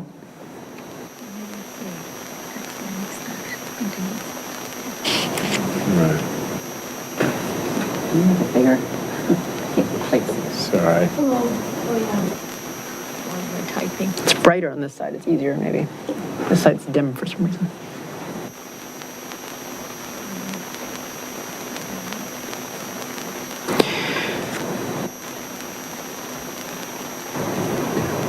I guess I remain pretty worried that, why you threw out a number that next year you think we're going to be $4 million apart and not $140,000 apart?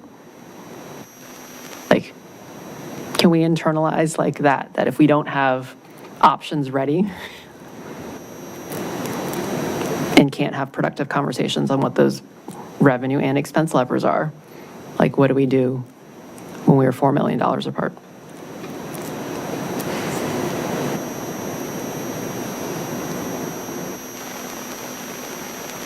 Which is again why I've continued to emphasize that I think it's really important disciplined exercise now of how we reasonably reduce our budget to, a decent pace of growth so we are prepared for that, or better prepared for it.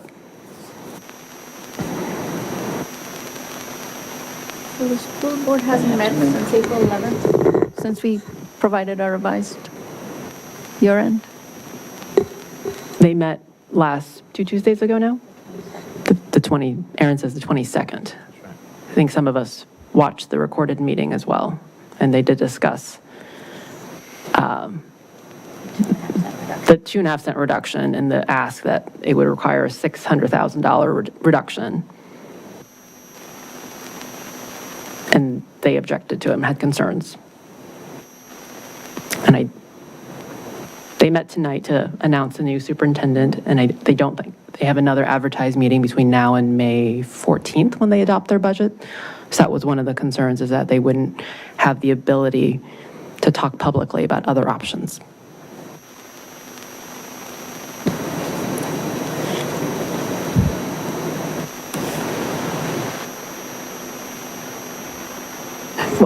One of the things we may have to do next year is, because we probably will have a bigger gap, is back things up a little bit.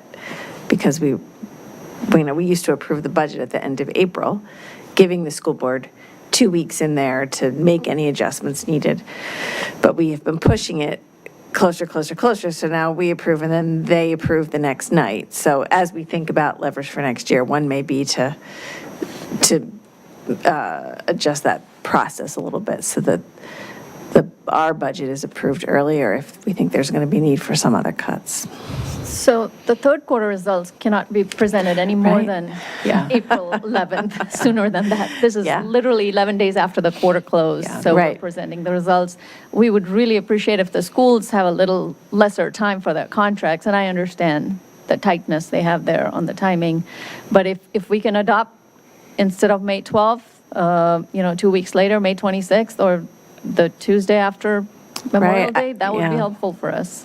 Right, I mean, maybe that's something we need to talk out for Later, next as year, is the the budget lessons schedule, learned, yeah. to make sure that there's that flexibility in it somehow. And maybe perhaps not having a CFO there has also diminished some of their capacity in looking at the reality of the economics changing within the region also. Yeah, I think that Q3 data is really important for us.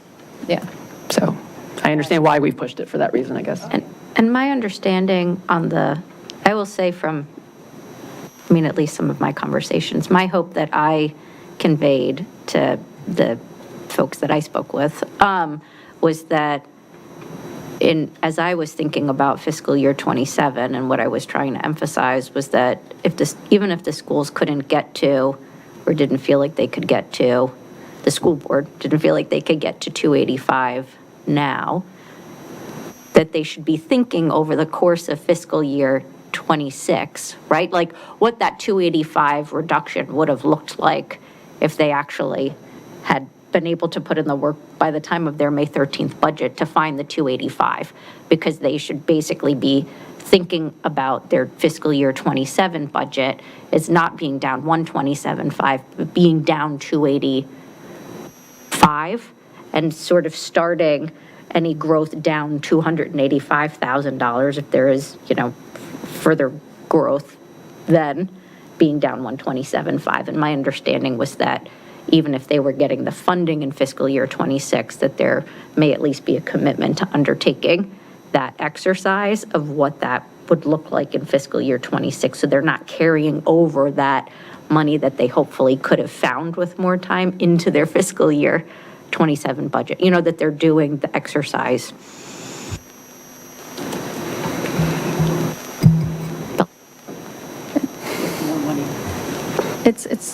It could work the way you're saying it. And like, there are two ways of looking at it.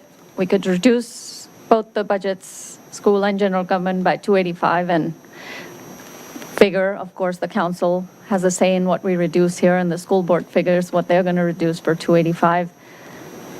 And should that not meet their needs, it's easier to find year-end or go tap into the contingency if we really have to and increase it, versus adopt a higher number now and then have to go mid-year and reduce it. So there are two approaches, and Sorry, could you repeat that, Karen? Which one do you recommend then? prudent would be that we reduce both budgets by 285, and should we feel 4 or 5 months or 6 months into the fiscal year, that we just cannot live within that 285 reduction, then we look at either the contingency or the year end. By the time the landscaping on the year end would have come in also, the information, so things would have changed, and the schools feel that they just cannot live within that 285 cut, then we look for funds. So what I'm saying is adding money is easier, not easier necessarily because we're in constrained budgets, but it's definitely more practical than reducing once a transfer amount has been set, and then you want to go to schools and tell them, okay, Because that's what's happened now, right? exactly, and it's the time of budget, but this could very well have happened in September, October, and we would all be scrambling and trying to make cuts, and it has happened in the past, that we had to reduce their transfer in the middle of the year. And that's my point, is that I feel like that's going to happen. And are we ready for that scenario? If we aren't ready in budget season to find 140,000, are we going to be ready in September when we actually have all of FY25 data and be like, well, we actually need to revise revenue projections down further? So that's what I'm trying to say. It's Yeah. easier to accept that cut now and ask more if we really need it later, but instead of adopt a higher number and then go into September, October and say, okay, sorry, we're going to have to cut more. And then what do we do where we have signed the contracts with everybody and the discretionary money, the non-personnel for them is much smaller compared to the city side, so then it's going to be harder.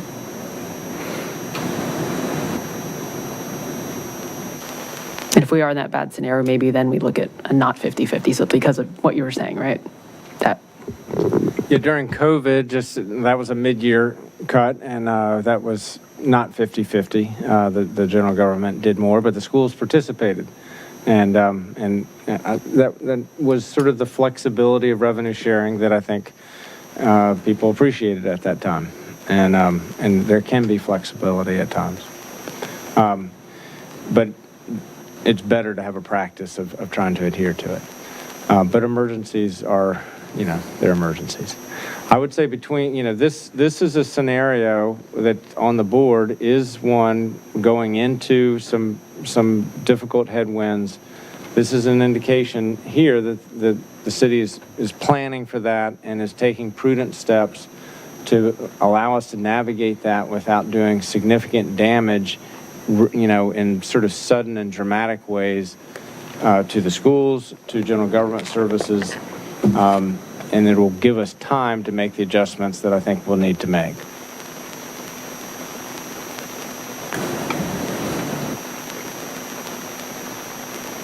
other thoughts, or should we just go around the room and pick one now? Otherwise, we're going to just stare at each other till 10 o'clock.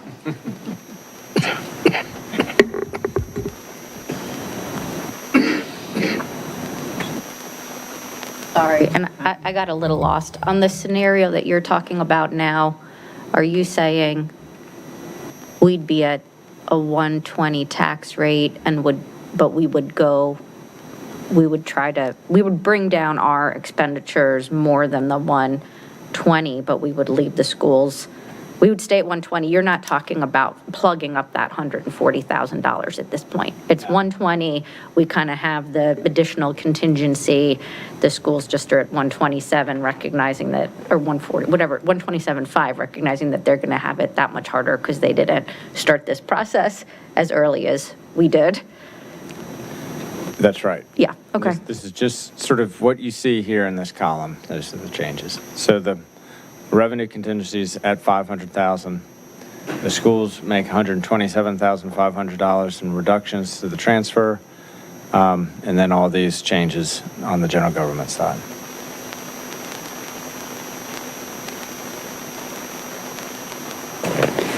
Can you see it?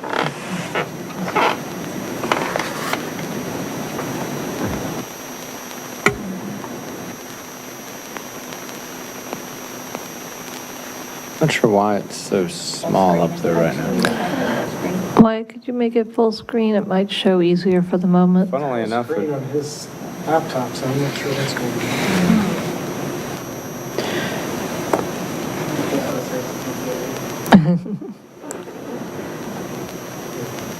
There, that's bigger.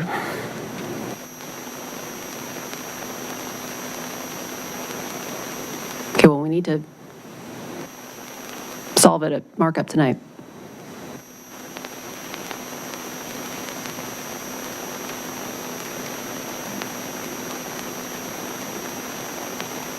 I'm going to start over here. I like the 120 real estate tax solution that we just worked through.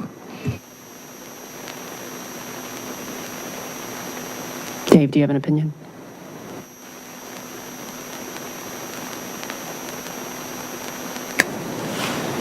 Dave? I still think we need to make the cuts on the general government side, ask the schools for the maximum that they can provide, and deal with it at that point. I think if we remove the city's cuts at this point, there's no chance of asking the schools for any more, and then we just collect the money from the taxpayers and put it away from them. So,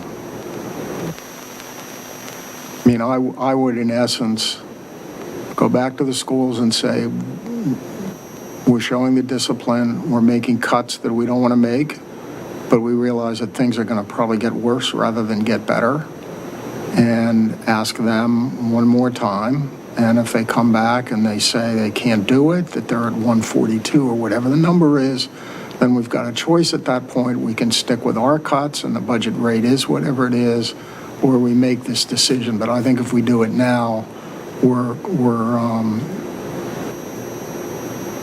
sending a signal that I don't particularly want to send right now. So if I'm hearing you correctly, you'd prefer at 119.5 and see whether the schools can meet 285? Yep. And if they can't, then I think we have a decision to make. We're going to end up with probably lower than the $1.50. Do we keep the proposed budget or higher? Whatever.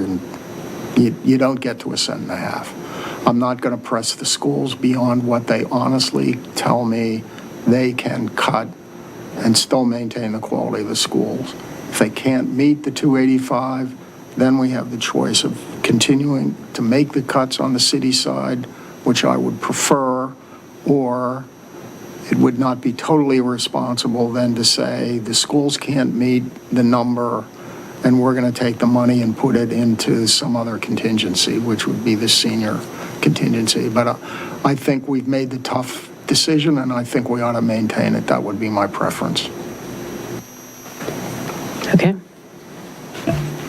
I still prefer the 1.5 cent scenario, given the outlook ahead. I just, to Mr. Snyder's point, I don't think we're going to have any additional information. There's no additional meeting of the school board or a public meeting on what school cuts would be considered between now and next Monday night, which doesn't provide any additional information on decision-making.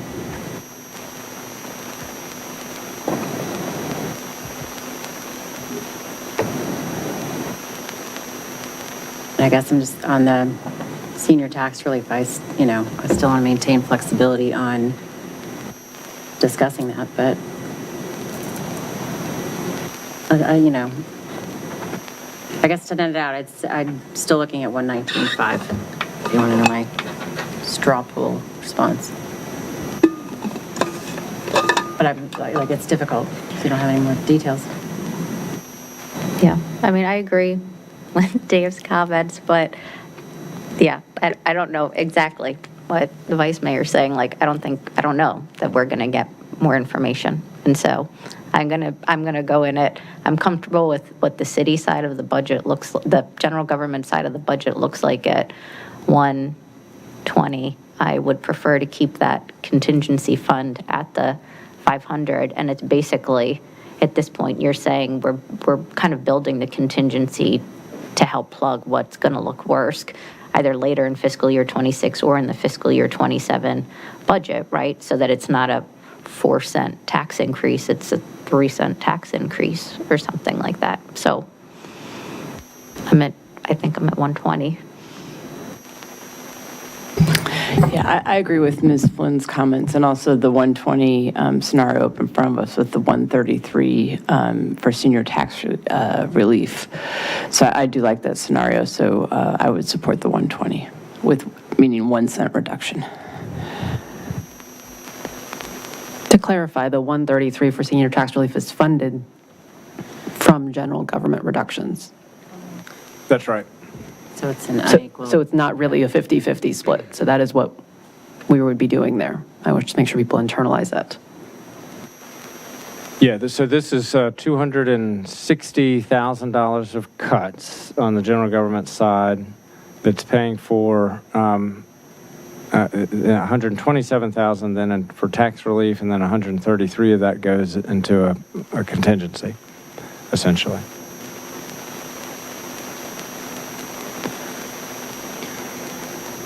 Because I think we all want to fund the senior tax relief. I think it's just the concern I have, again, is that we're not really sharing in how to Right. pay for that, right? And that 133.5 could also go into the emergency assistance, too. That's right. Put it all So, in senior you know, tax relief, but it could move into emergency assistance if needed. It would need a council appropriation to do that, or do that right, tonight. So, I will But remind council I hear what you're that saying, Liddy, about the, Yeah. yeah. This is essentially budget night. This is where it all, it needs to end pretty well tonight. The vote is next week, but in order to prepare the documents for you to act on, we'll have to stay here tonight until the council reaches consensus in terms of how those documents shall be prepared. It sounds like you have 3 and 3 and 1 not here. I feel like that's a trend. I know. It just keeps pushing things out. I would be happy, actually, with the senior tax relief, if we could take that down a little and put more in the emergency assistance. So bump that up to 25. Emergency I'm assistance fine with is that, at too. Emergency assistant. That's 20. It's at 25, but you're adding total. You're adding 8,000. Oh, 80 to 25. Total, that's the increase Right. from last year's budget. Is that correct? Yeah, it's Okay. growing from 6,700 to 25,000. Okay. So like 4X. So you could sort of, for simple math, do something like that. We can't see it. Need to share again. Yeah, this is clunky. He's saying to increase it to 35,000. Yeah. Yeah.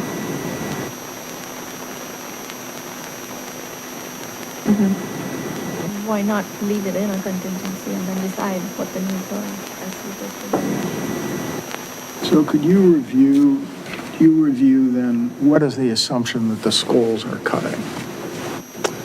So the dollar amount is $127,500.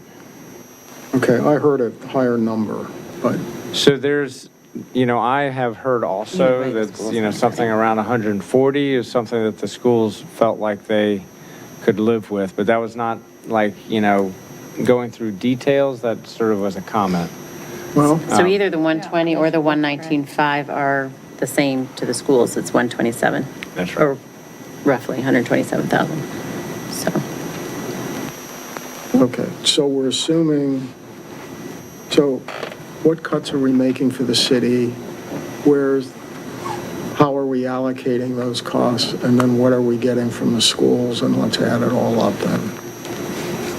Like why it's identified 285 or 260 if we don't take the training So we're out. making $285,000, right, in cuts. for the city. 261,000 in cuts, just to be precise about it. Okay. And I mean, we could switch over to Excel and it'd be a lot faster. If you want to share your screen as opposed to mine, that probably would be better. Why don't I, Are you not on Teams? no, Okay. I could do. You had a line of inquiry. We could continue with that. I'm getting there. Okay. Okay. And then of those, okay, so the city's making 260, 61,000 in cuts. okay. And the schools are making how much, the assumption? So under this scenario, they are this transfer is being reduced by $127,500. Okay.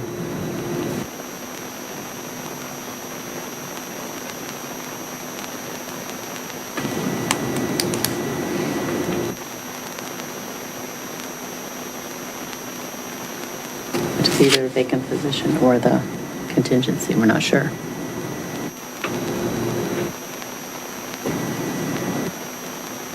wouldn't impact class sizes or teacher pay.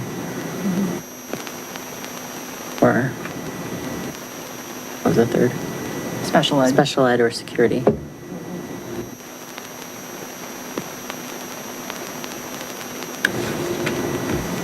Yeah, I mean, I'll say publicly, my view is that if they were able to make 142,000, that they should stay at their 142 and contribute it toward the shortfall than being like, oh, well, now this is even better, we're at 127.5, right? So whatever that they should number just be is, putting it into it. Just like how, Yeah. why we're holding you to the NeoGov and the Recs. Yeah. Like you identified it, I think we should, just because we have it, we shouldn't spend No, it. and I agree with Wyatt. I think it was a comment, but I think it might be a position. And I think maybe that position was the equivalent of whatever that position was 140, which I would be, I think I would definitely hold them to that. If I'm getting, I mean, nothing was said to me, but that's sort of what I read into the.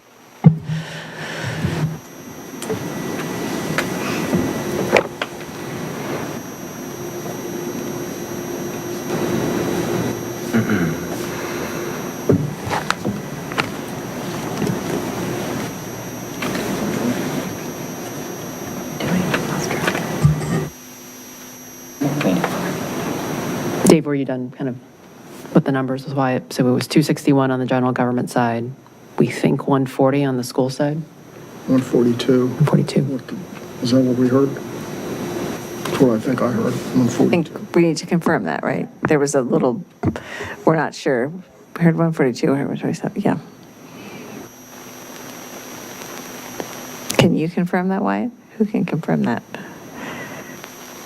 Well, Do we need to confirm that with Chair Gould, or?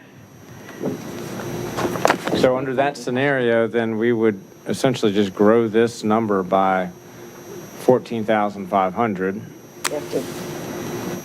Back up. Share your screen again. Share screen again.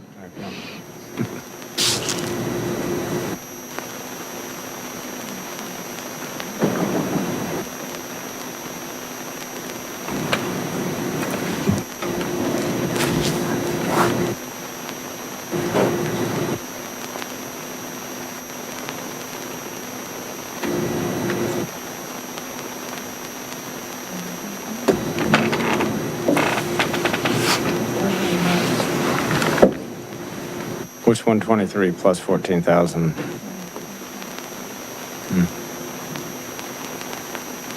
It doesn't make any sense. This number should get bigger. For us, no. Right? So we're.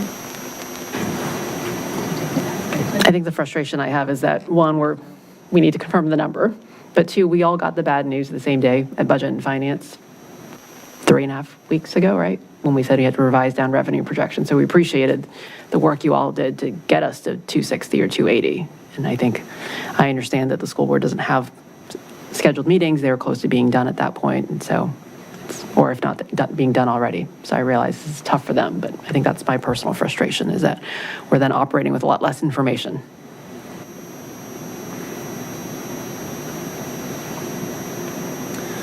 So maybe we should take a quick break and just get this sorted out. This is a ridiculous way to do this on PowerPoint. And so we can get you on Teams, have your spreadsheet up so people can see it, and then we can make the changes. And if that makes Okay, sense. that sounds good. Take a little 5-minute break. Yeah. Sounds good. Okay. I should make it 10 because it sounds like people need to do the bathroom. Thank you.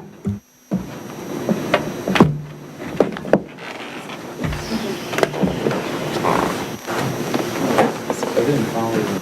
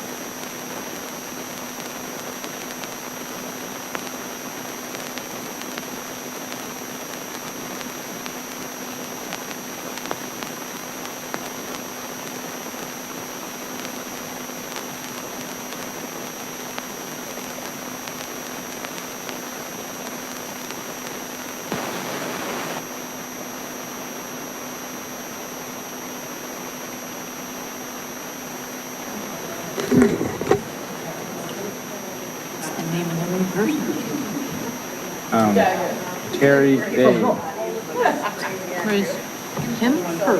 Him?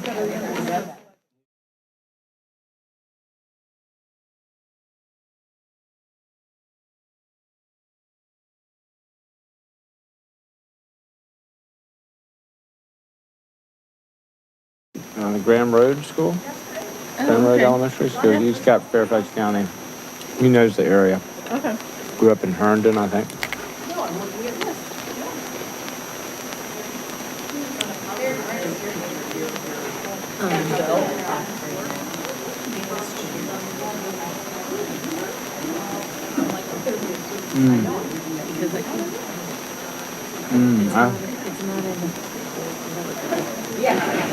I have a version of the, the recruitment that we did before. In your own drive?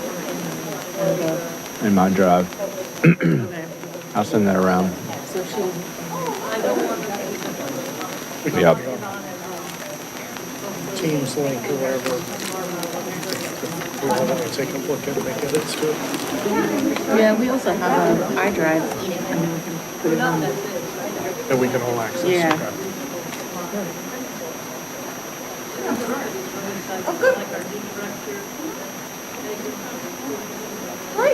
Okay.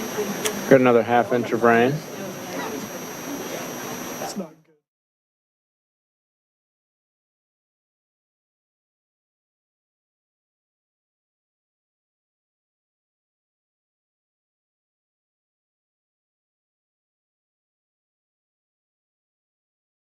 Local station. Do you not check this? No. Oh, man. This is rain gauge on the roof here, and then the property yard has one. No kidding. Okay. But yeah, for some reason, City Falls Church, we always have to overdo it.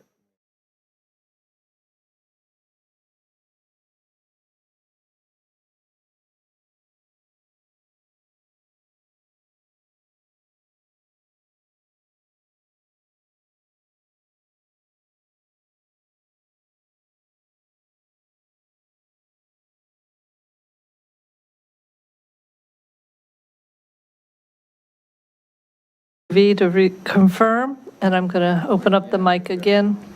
The mic is now open for Teams. And Mayor, I'll give you a moment and I'll let you know.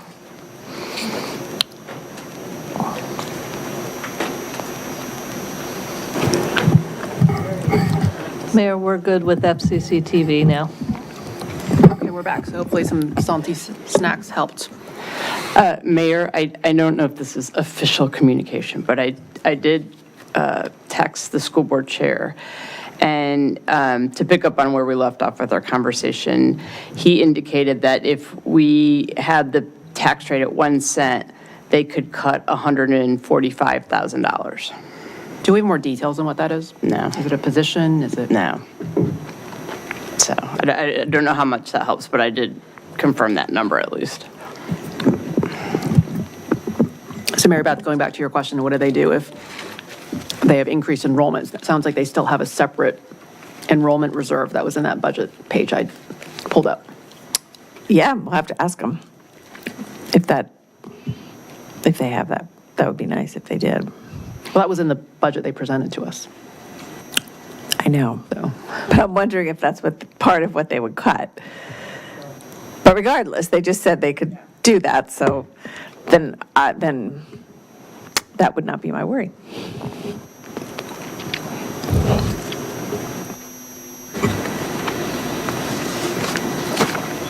So up on the screen is what that looks like, and maybe if you can zoom in a click.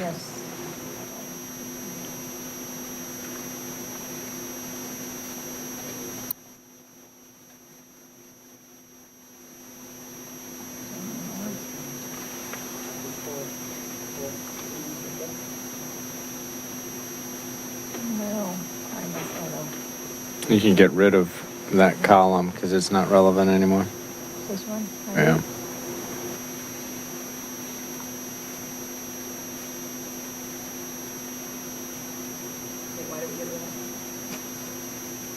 You wanted?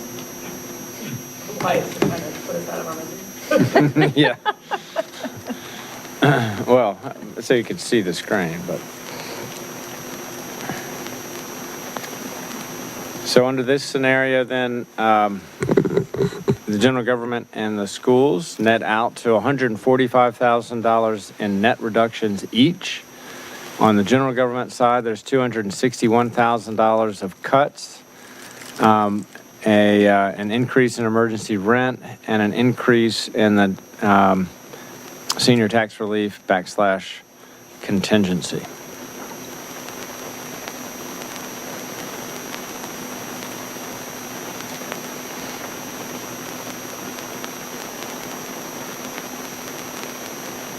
So that got smaller because we are now realizing kind of a higher net cuts. It was 127,000. Now we're realizing a net 145. So that's why that number shrinks.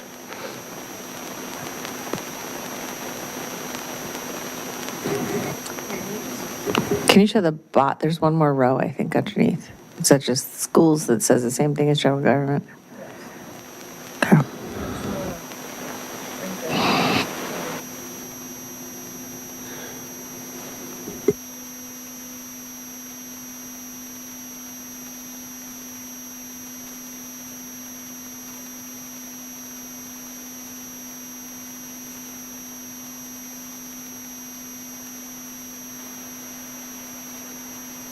So the only thing that's changed is now we're at 145 versus the 127.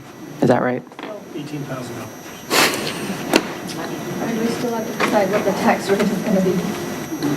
Well, the tax rate under that is the 1 cent reduction.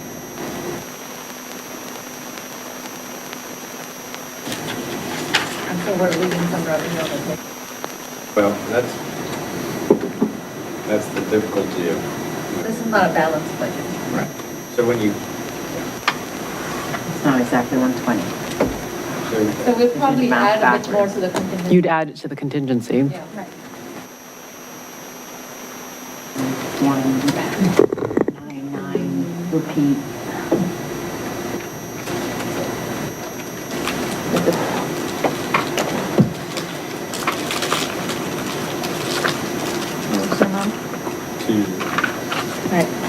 The budget questions did say we could handle, that EERP can handle up to 3 decimal points. Yeah, I thought it was not recommended, though. Oh. No, we need to consult them to go to 4. Oh, but they don't recommend pursuing, I see.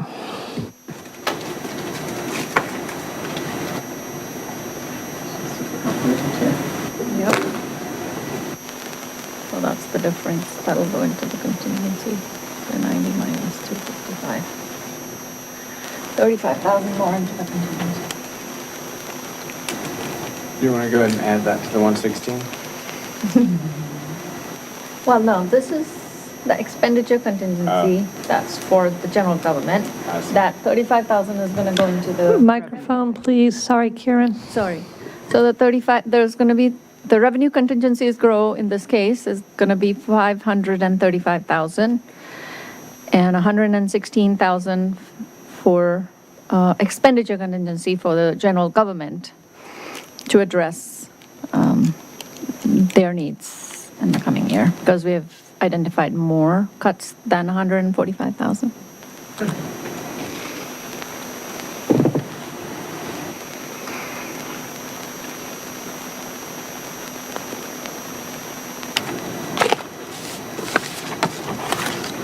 Thoughts from the group?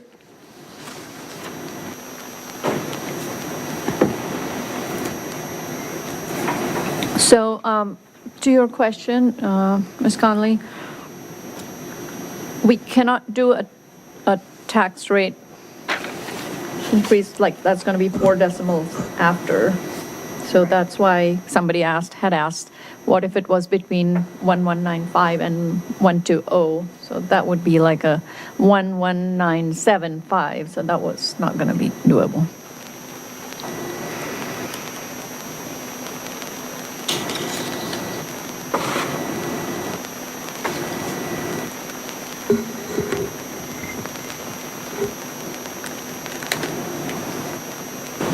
I have an idea. I don't know if this will work, but, so my understanding from Mr. Snyder is he'd like to get some more information from the schools, like how much could they cut more? And then we also don't have Ms. Underhill here.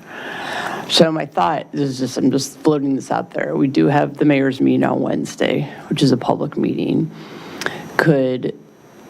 Mayor, could you speak to Justine, or maybe Justine would be there Wednesday morning, I don't know, and then talk to the chair of the school board to see if there is any more movement, if that 145K is their ceiling, that's the most they could do, that might answer Mr. Snyder's question, and then we could give Mr. Shields a definitive answer on Wednesday morning. Just a thought, because it's a public meeting.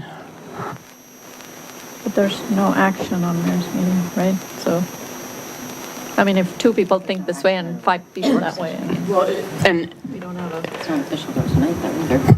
right, because it's not a vote, right? It's just direction, yeah.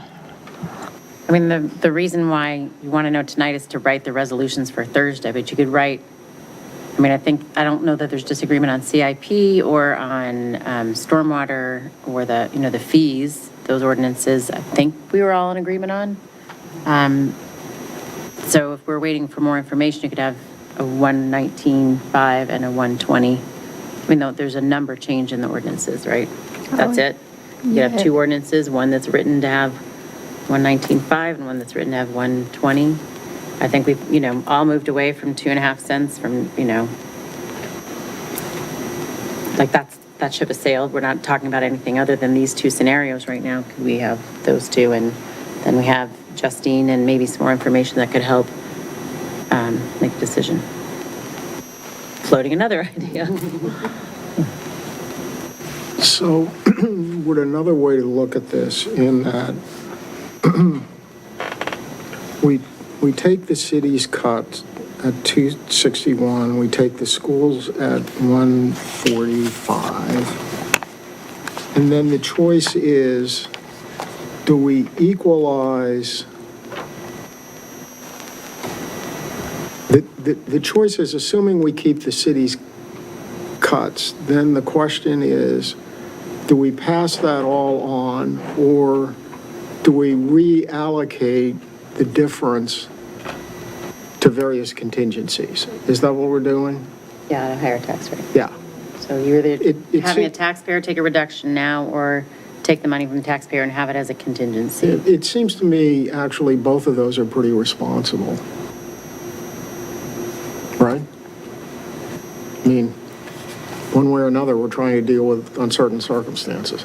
I have a slight preference that it goes back to the taxpayers, but the more that I think about it, I think it's we're making the cuts. We're showing that we're able to do that.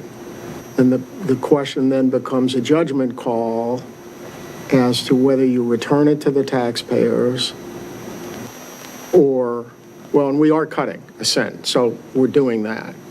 So the question is the 2 options are you pass on all the cuts to the taxpayers or you reallocate the cuts to a contingency, which would be spent only if needed, right? That's right. And that we could put some controls, well, the controls exist on that, right? And I think that's what Ms. Flynn and I were talking about, and just having that, again, with yes, obviously 2 different ways to look at it. I feel better having that safety net myself, but.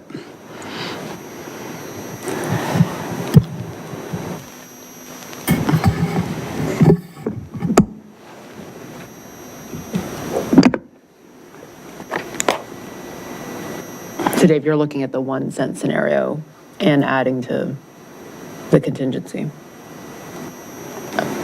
Column D up there. That's the proposal. The other proposal would be you don't add it to the contingency and you pass it on as a lower tax, right?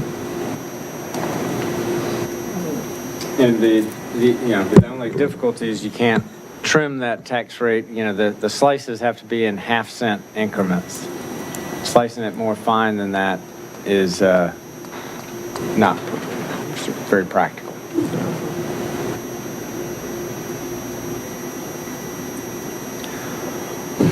And to follow Dave's logic, if we completely sliced all contingency, which I'm not advocating for, we could lower it a whole other cent, because we would get rid of the 116,000 and the 500,000, and we'd have $600,000 that we're putting into the budget as contingency that we could take out and not have a contingency at all, reduce the tax rate further, or keep that contingency in because of our concerns about what's going to happen in the future. I know you talk about lumping the contingencies together, but I think of them as two distinct pots, and this just might be my brain, but the 500,000 for the revenue, and the rest of it is for actual taxpayer needs for those who can't afford food and rent, et cetera, which is honestly the only way that I would think about not being at 1.5 is if it only went to those who are essentially cost burdened, which is the goal of getting a tax rate reduced in the first place. But to Letty's point, like, is it broad enough to, are we catching enough people in that catchment basin of a contingency, of a, now I'm confusing the two terms myself, but a relief, safety net, a relief fund. I don't want it mixed with a contingency, which I see as if we don't hit the revenue. I would like them to be two very distinct. Yeah, maybe we should call it a different name, because it's senior tax relief / contingency, so. Yeah. HHS, I mean, I think of it as HHS funds. Yeah. I mean, that's a thought, though. If you had it at the 1 cent reduction, then could we, to your point and the mayor's point, could we expand that senior tax relief? I mean, that, to me,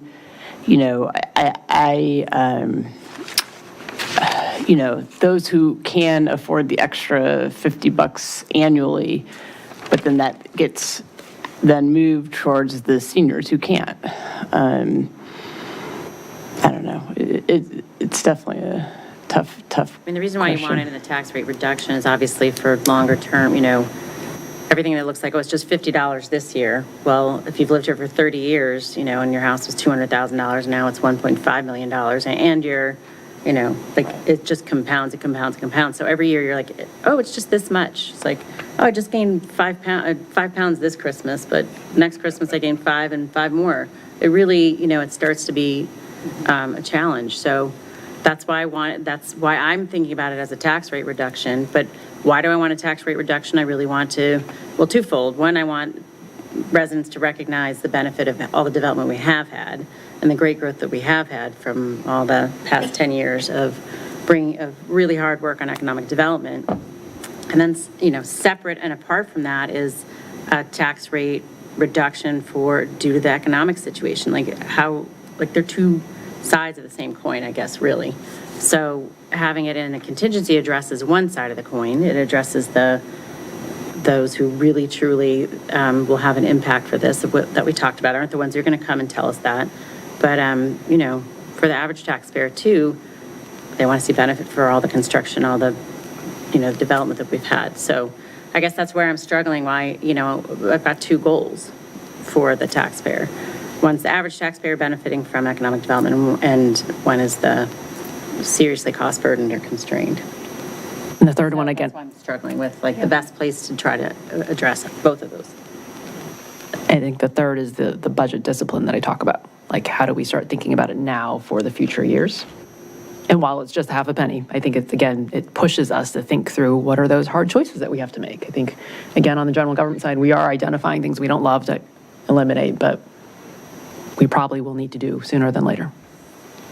And, to Vice Mayor's point, if we didn't have the development, we wouldn't even be able to talk about a penny. We'd be talking flat or maybe even increasing it. So thank goodness we've had that commercial revenue coming in.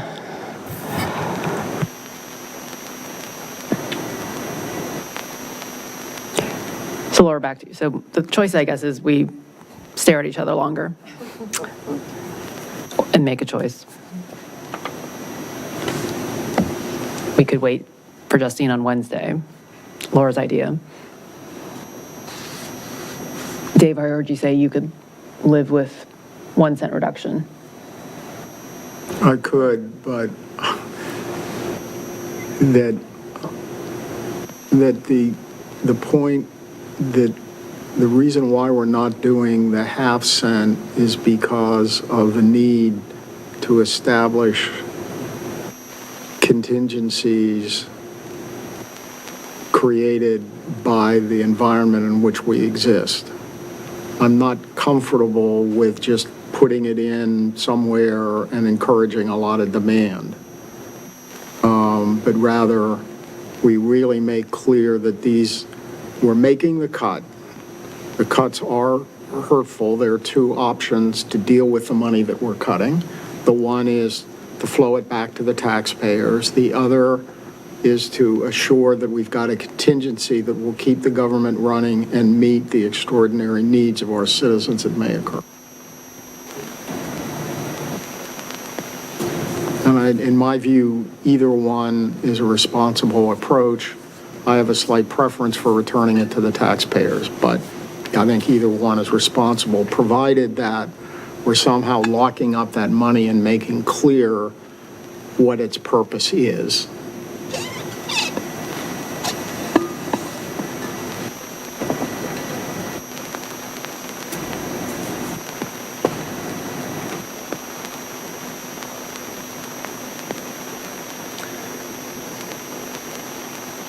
I was waiting for Karen to tell us the answer with her Excel spreadsheet.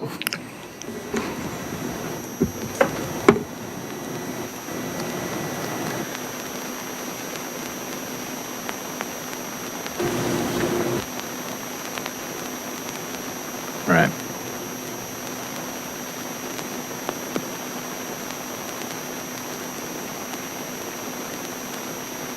Oh, so this is what would be plus that.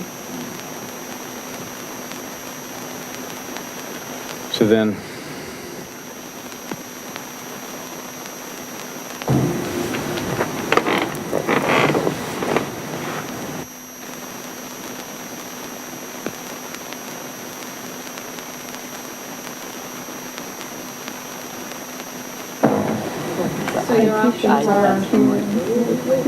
And be on the mic, Karen.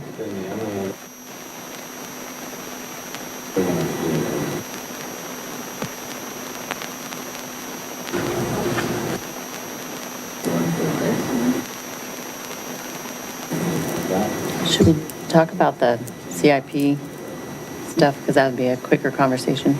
Then we could get back. Talk about what, I'm sorry? The parks. The parks, the CIP. The Aurora House stuff. We had Do an easy Do an easy one and come back. Well, why not? I think it's While they're doing that, why don't we move something forward? That's a good idea.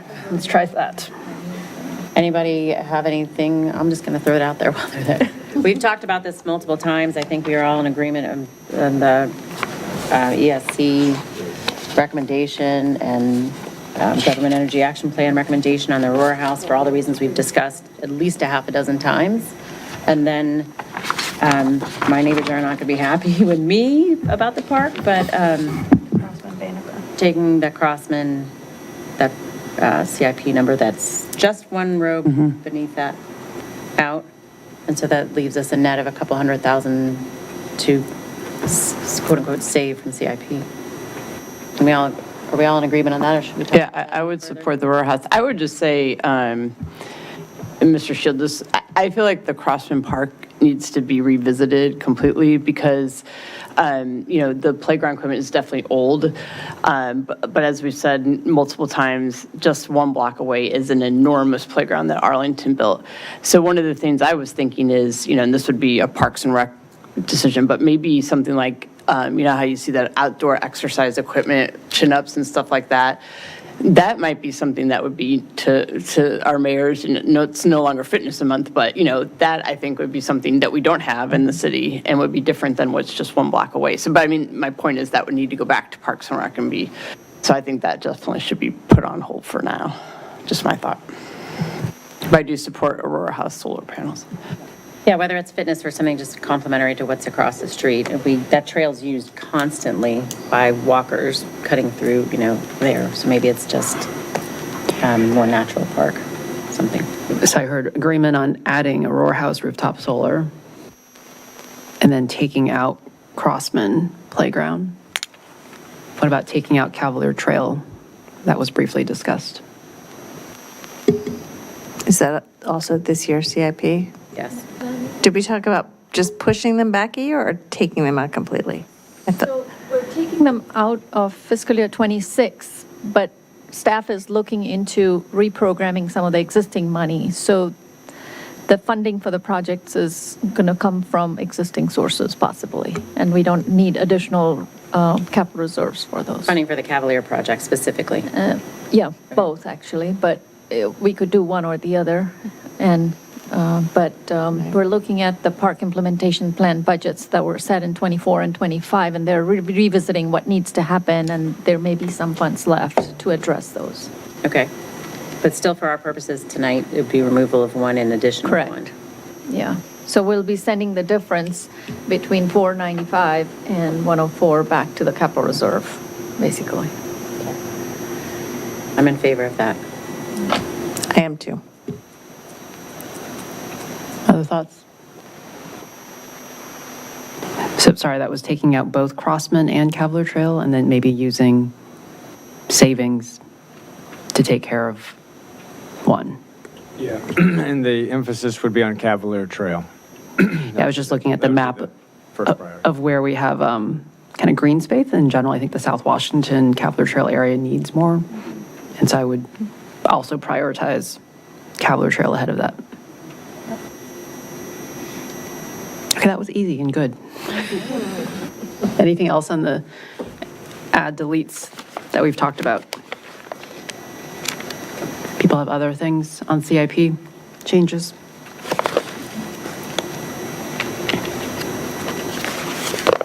I think that looked good.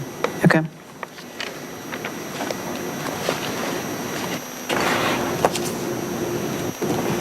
Okay, I'm not hearing anything, so I think we're done on markup for CIP.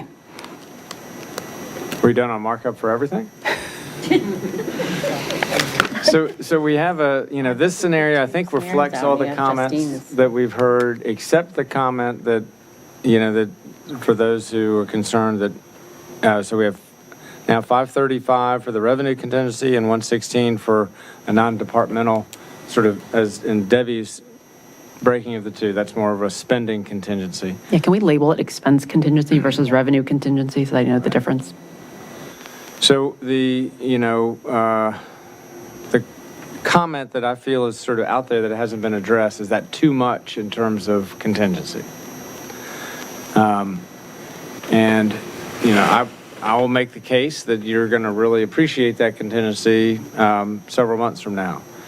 If the council's desire is to reduce that, the other thing that is sort of at your disposal would be the property tax. That's a finer tool to use. That's $20,000 per penny, right? The personal Yeah. property? So that could be an option if you wanted to trim that to a number that you felt more comfortable with. That's an option. Or we can.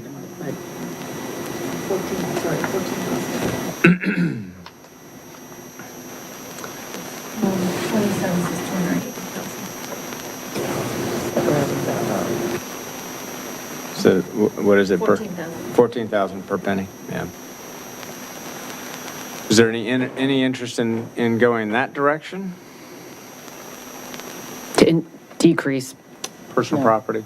Increase personal property for additional revenue. Decrease so that you could give up. Trim that. So then another option would be if the council, and just sort of kind of easy to execute items, if we were to put more money towards roadway maintenance, that is something that is a big theme. We know we still have more to go on that, but that could be one other option to put some chunk of money towards sort of core infrastructure in that way. You're talking about if we have 120, the difference between the two how else you could spend it other than a contingency. That's what you're sharing right now. Right, there's 535 and 116. So right now, the total of sort of unspent funds is the addition of those two, the sum of those two numbers, which is bigger than where we started this conversation. And of course, there's always the option of leaving a contingency and deciding through the year. That's what I was thinking, just hold on to it, Yeah, and I then think I when we favor feel like that. we're in the clear, then maybe, That would be, I think, a really good strategy. yeah, that's, Say that again? Well, so just sort of hold on to it, and then when they all give us the green light, then maybe we could put it towards paving or something. So that could be a September conversation, see how we're doing, and then we can put that money to work for the taxpayers at that time. Yep. Or hold on to it because think that the headwinds are going against us. So to, I guess, put us out of our misery, I can live with a 1 cent reduction, but I guess I will have some caveats. So based on all the conversations we've talked about how it's only going to get worse, I would like to see a firm commitment. One, I think Aaron's suggestion of, can the school start FY '27 with a smaller budget already? And I want that in writing. And two, I want reductions beyond 145 identified this summer to prepare for potentially an August, September conversation. Because I think that's that discipline that I think I've looked to the general government for, and I'm getting some of that. I think I would hold the entire city to that. Because I think that's an important preparation that we should be doing as we get Q4 data. How does that feel for people? I mean, we certainly need to start it earlier, because we felt like we started it earlier this year and still bumbled, to the, and because there's going to be some other unforeseen circumstances. We Yes. don't know what's going to happen. Yes, again, like I get that, the revenue reduction, or revised revenue projections came in late, they were done, and I'm like, okay, well, we'll have more time, but we actually need to sharpen our pencils with more time. And so, well, let's adopt the budget on May 12th and 13th, and then let's continue looking at where we need to shave things, because I do think come this summer, we're going to have more information and we're going to have to make more reductions. So I'm fine with living with the 120 now, but I do want that commitment from all of us to do the hard work ahead, because I don't think we're really done. Mayor, I think that makes a lot of sense. I would just say, I don't know if we can, in terms of their budget, I think we also want to see what that enrollment growth looks. It may not materialize, it may be worse. So I think, we could sort of put that out there that, this budget, your budget may be smaller than next year, but if they have 250 more, so, I think we just have to wait and see. But I There's do. more data on all around, right? Right, We'll get right. more information on enrollment. We'll have more information on what Q4, the rest of the fiscal year looks like. We'll have more information on the broader economy, Right. And, I think on the school side, you're going to have a new CFO, you're going to have a new superintendent. I think it's a good sort of fresh start in the sense of this is an exercise both sides need to do, like where these cuts are going to be made, and we need to be ready for that.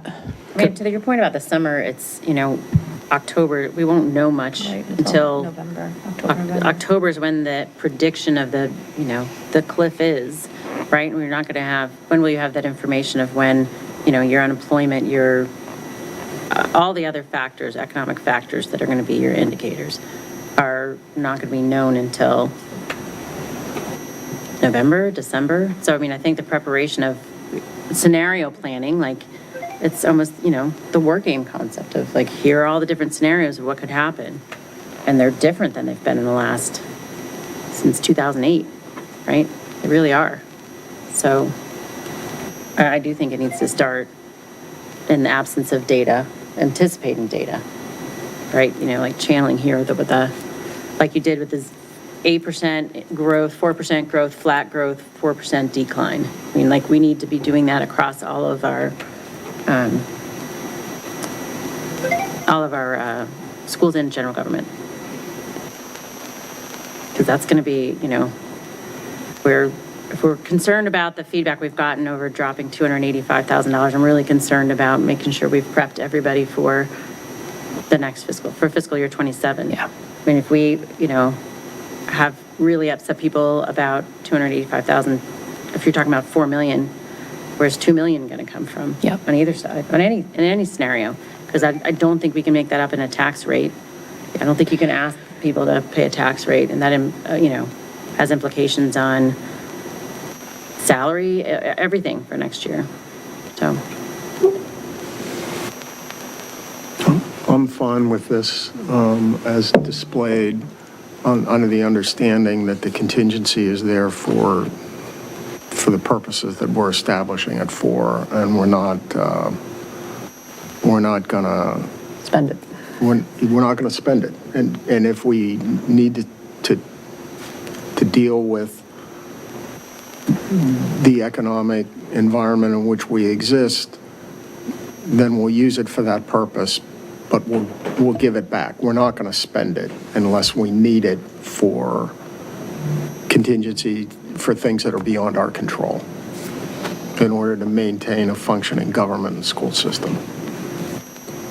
And then I think we look at part of the contingency planning is if it gets worse, what else are we going to have to do?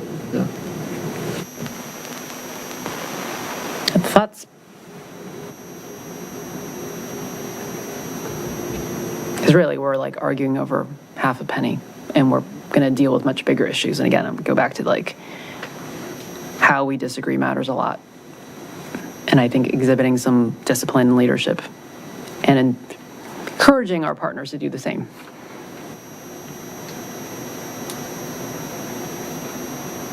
Okay. I'm hearing that we are at column D with the 2 requests of our school partners, please.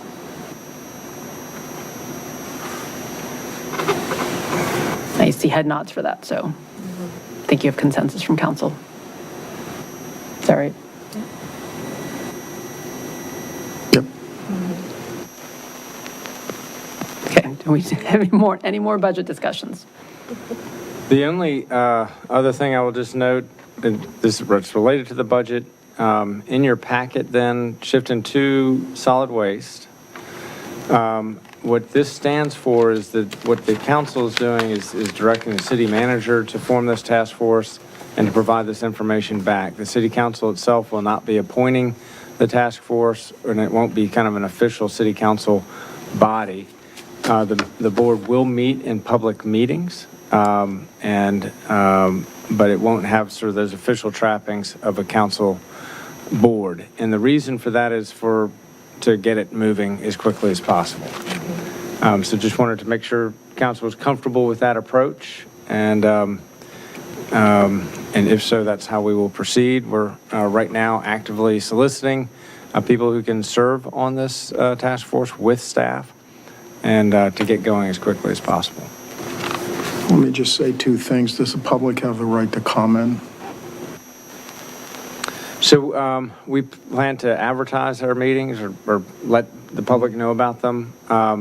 I'm envisioning it being kind of a work session environment where the task force members are going to be doing the work with staff.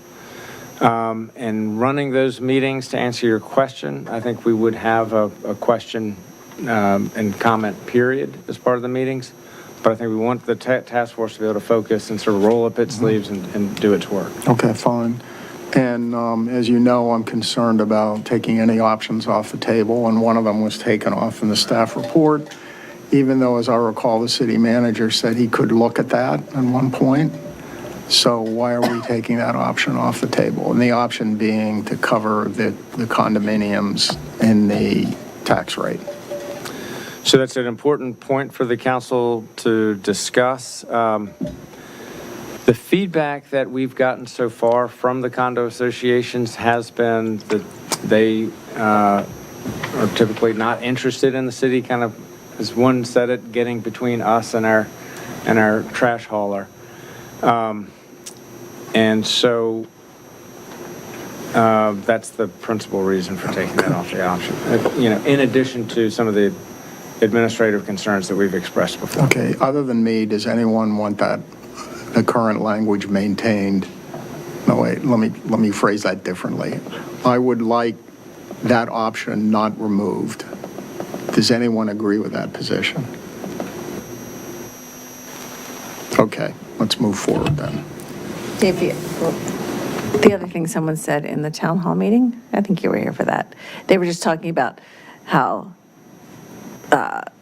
Park Towers has a different structure than the Byron does and different amounts of trash, and just hearing like 3 or 4 different buildings talk about it seems so complicated. So Well, it's that's- complicated to set up a fee arrangement too, and we've Yeah. got a lot of equity issues in regard to that. Yeah. Anyway, it's my preference. I'd like to see that option continued, discussed along with the others. There's no support for it, let's move on. Yeah, I mean, in my view, right, it kind of equates to the payment in lieu of service version that I was trying to get at, which is that we wouldn't absorb the contracts, we would essentially be paying for the contracts, but I took the city attorney to sort of advise against payment in lieu of service, otherwise I would be with you on the sort of, what would the increase to the tax rate sort of be spread to absorb this, and it may not be as much spread over the entire city as we'll see the increase to the curb collection fee for the people who are getting that service, but I don't think it makes sense for the city to get directly into the business of all the multifamily pickups. So that's just like my rationale on it. I had 2 comments. One was that in terms of the standing up the working group, my expectation, maybe this is, it's just not like written, where it says the city manager views as necessary other people, and I would envision that including the city attorney, because I think the task force is just going to like go awry, maybe otherwise, in terms of what we can or can't do. And then on B, where it says senior relief, I shared what I thought was maybe the governing state code authority is to relief from solid waste fees.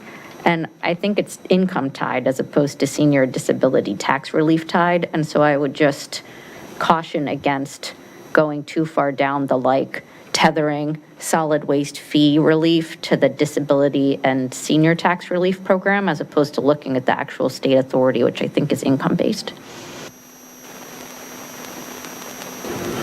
I think we also ought to think about a hold harmless for those who might end up getting the same service but paying more under the fees than than their tax reduction would be. Perhaps a transition period. Can you say a little more, make sure I understand, when you say hold harmless? Well, it would be for the transition. Right now, some people a lot actually, would pay more for their tax collection under the fees than their tax reduction is, right? Right. And I'd like to explore what sort of a hold harmless there could be for those people so that you equalize the tax reduction with the amount that they pay in fees. Explored. That is going to be difficult because the math on this is such that, The money has to come from somewhere, right? And I think that's, I mean, that's a fundamental question, and I think that's the community discussion. I don't want to limit that going in. I mean, we've heard from one group, we haven't heard much from the other group that's going to pay more, and it's very important that their voice be heard in this process, and I would assume that you would make that happen. well, we're going to, the purpose of the task force really was that we wanted to have come resident involvement and engagement in the issue in a way that we haven't had so far. Right, exactly. The math of it is, I don't know how we would be able to do what you're asking us to do, but the equity issue is a really important one. Well, there are multiple equity issues. Exactly. That's the problem. And There's not just one. so, And that's where, and may well be, people come forward and say, look, I can go through a smaller bin, and by the time I go to a smaller bin, my payment is more than I'm getting back in lower taxes, but still isn't. I mean, that may be a very reasonable approach for some folks. I think, that's one of the things that we've kind of written in here, and kind of the fee structure is to look at, are there some options Yeah. like that we can do? Yeah. So I think we're going to in the brief period of time we've got to look at this, we're going to try and run some of those to ground, and that be part of the discussion. Yeah. And on the compost, can I just make the request that you look at, there's the organics recycling, which is yard waste. There's food recycling. There's large bins, small bins. Just look at that range of things so that we can see. I think some of the people in Winter Hill probably don't want a third bin because they already have 25 bins out altogether. How do you do that? So I guess they may want it. They may not all want it. They may want a shared third bin. Can you put a composting bin, like the equivalent of a community center bin at Right. a communal bin Yeah. at like some of these locations? Right. Are there different ways to think about that? And then, does this mean we get rid of bags and tags? Yes. So what do you do if you have more yard waste than fits in your bin? Do we, Multiple weeks like you would with trash Yeah. or a couple special. I don't know. Anyway, I'm just asking, is this part of it? No more bags and tags, and what are the consequences of that? if someone I has think somebody- people will complain if we get rid of the bags and tags, myself. Because. Right, that's why I want to explore. Yeah, I mean, I'm just throwing that out there because I know that, at least on my block, there's bags every week with tags. So, You do a bin every week that you didn't have to put a sticker on them. You don't have to tag it, you just put it all in the bin. no, I'm saying they have more trash that's not compost and it's not recycling that will fit into the big bin. Like some of the, larger houses with 4 and 5 kids, generate more trash. It's not this, I'm sorry, am I misunderstanding? She's talking about trash bags with tags, because they'll take. Oh, yeah. Are you talking about? I was talking about compost bags with tags. Yard waste. I thought you were talking about the black trash. But also trash bags with I'm sorry, tags, too. I mean, there's just misunderstood. Extra. Yeah, no. I Are we misunderstood. still going to use tags? People have more than one bag of trash per week. So we haven't decided that. We'll get that resolved. I'm the trash side, a yeah. tag user myself, so they do have values. On Basically yard for waste. You use tags on yard waste, is that what you said? Both. Yeah. Tags are very helpful. you don't have a bin. But we'll work it out through the task force. As a resident, you can go to this task force and share your experience. I think I might. I'm going to avail myself. Well, that helps people who have more trash pay more because there's a tag. So if they have more than what their fee is, then they're paying an extra fee. So that is a pay-as-you-throw option. $50 per tag if you live on Parker.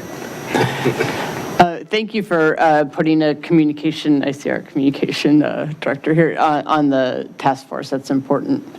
And then can you just remind me how we're going to, so I'm assuming that person would be on that task force to sort of communicate when the decision is made, like how we communicate, but how are we getting, I'm not calling you on you, Ms. Chase, but how we also have to, at the front end, need to communicate about this task force and what exactly is going on. So I'm assuming we'll cover that in focus at some point, or? We'll have a news release.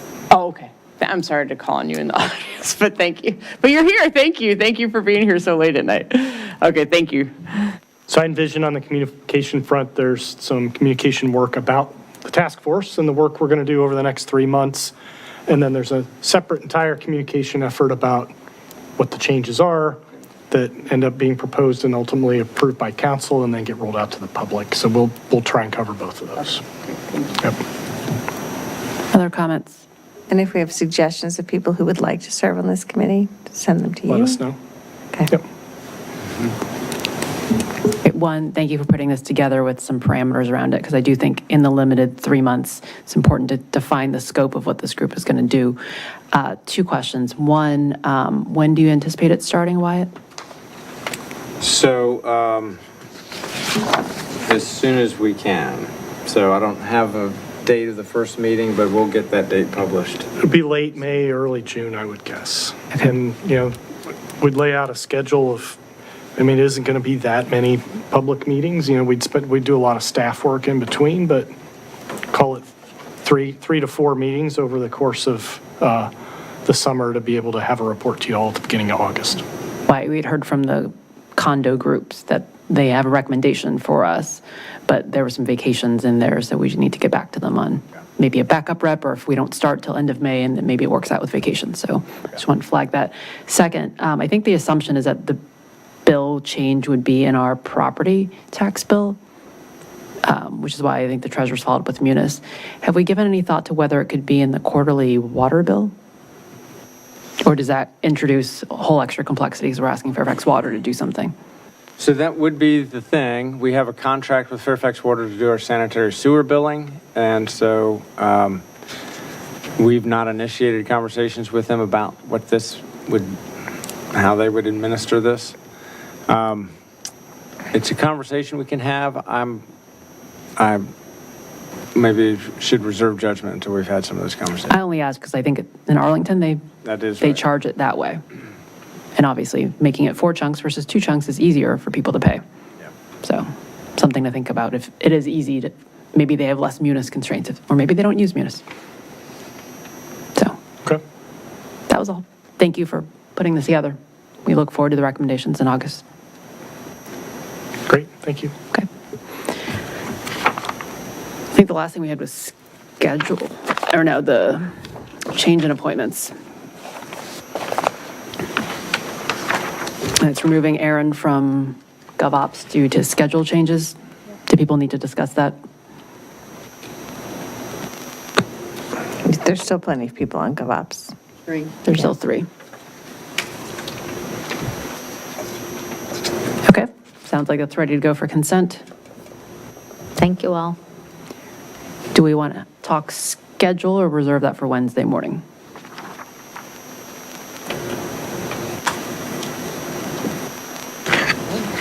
I'd be happy to do it now, but I don't want to speak for We do have office hours on Wednesday anyway, so we will be in, some of us will be in City Hall at 9 a.m. So it's a matter of whether you want to be here at 8:30 to do schedule or whether you want to be here at 9 a.m. I'd rather do it Wednesday, but that's whatever people want to do. Okay, let's do it. I've only heard one preference, so I'm going to go with that because no one else is speaking up. So 9 a.m. Wednesday. Anything else we need to talk about today? Sorry, 8 a.m., 8:30 Wednesday. And then we'll be there for council office hours. Okay, nothing else, and I think we are done. Thank you all. Thank you.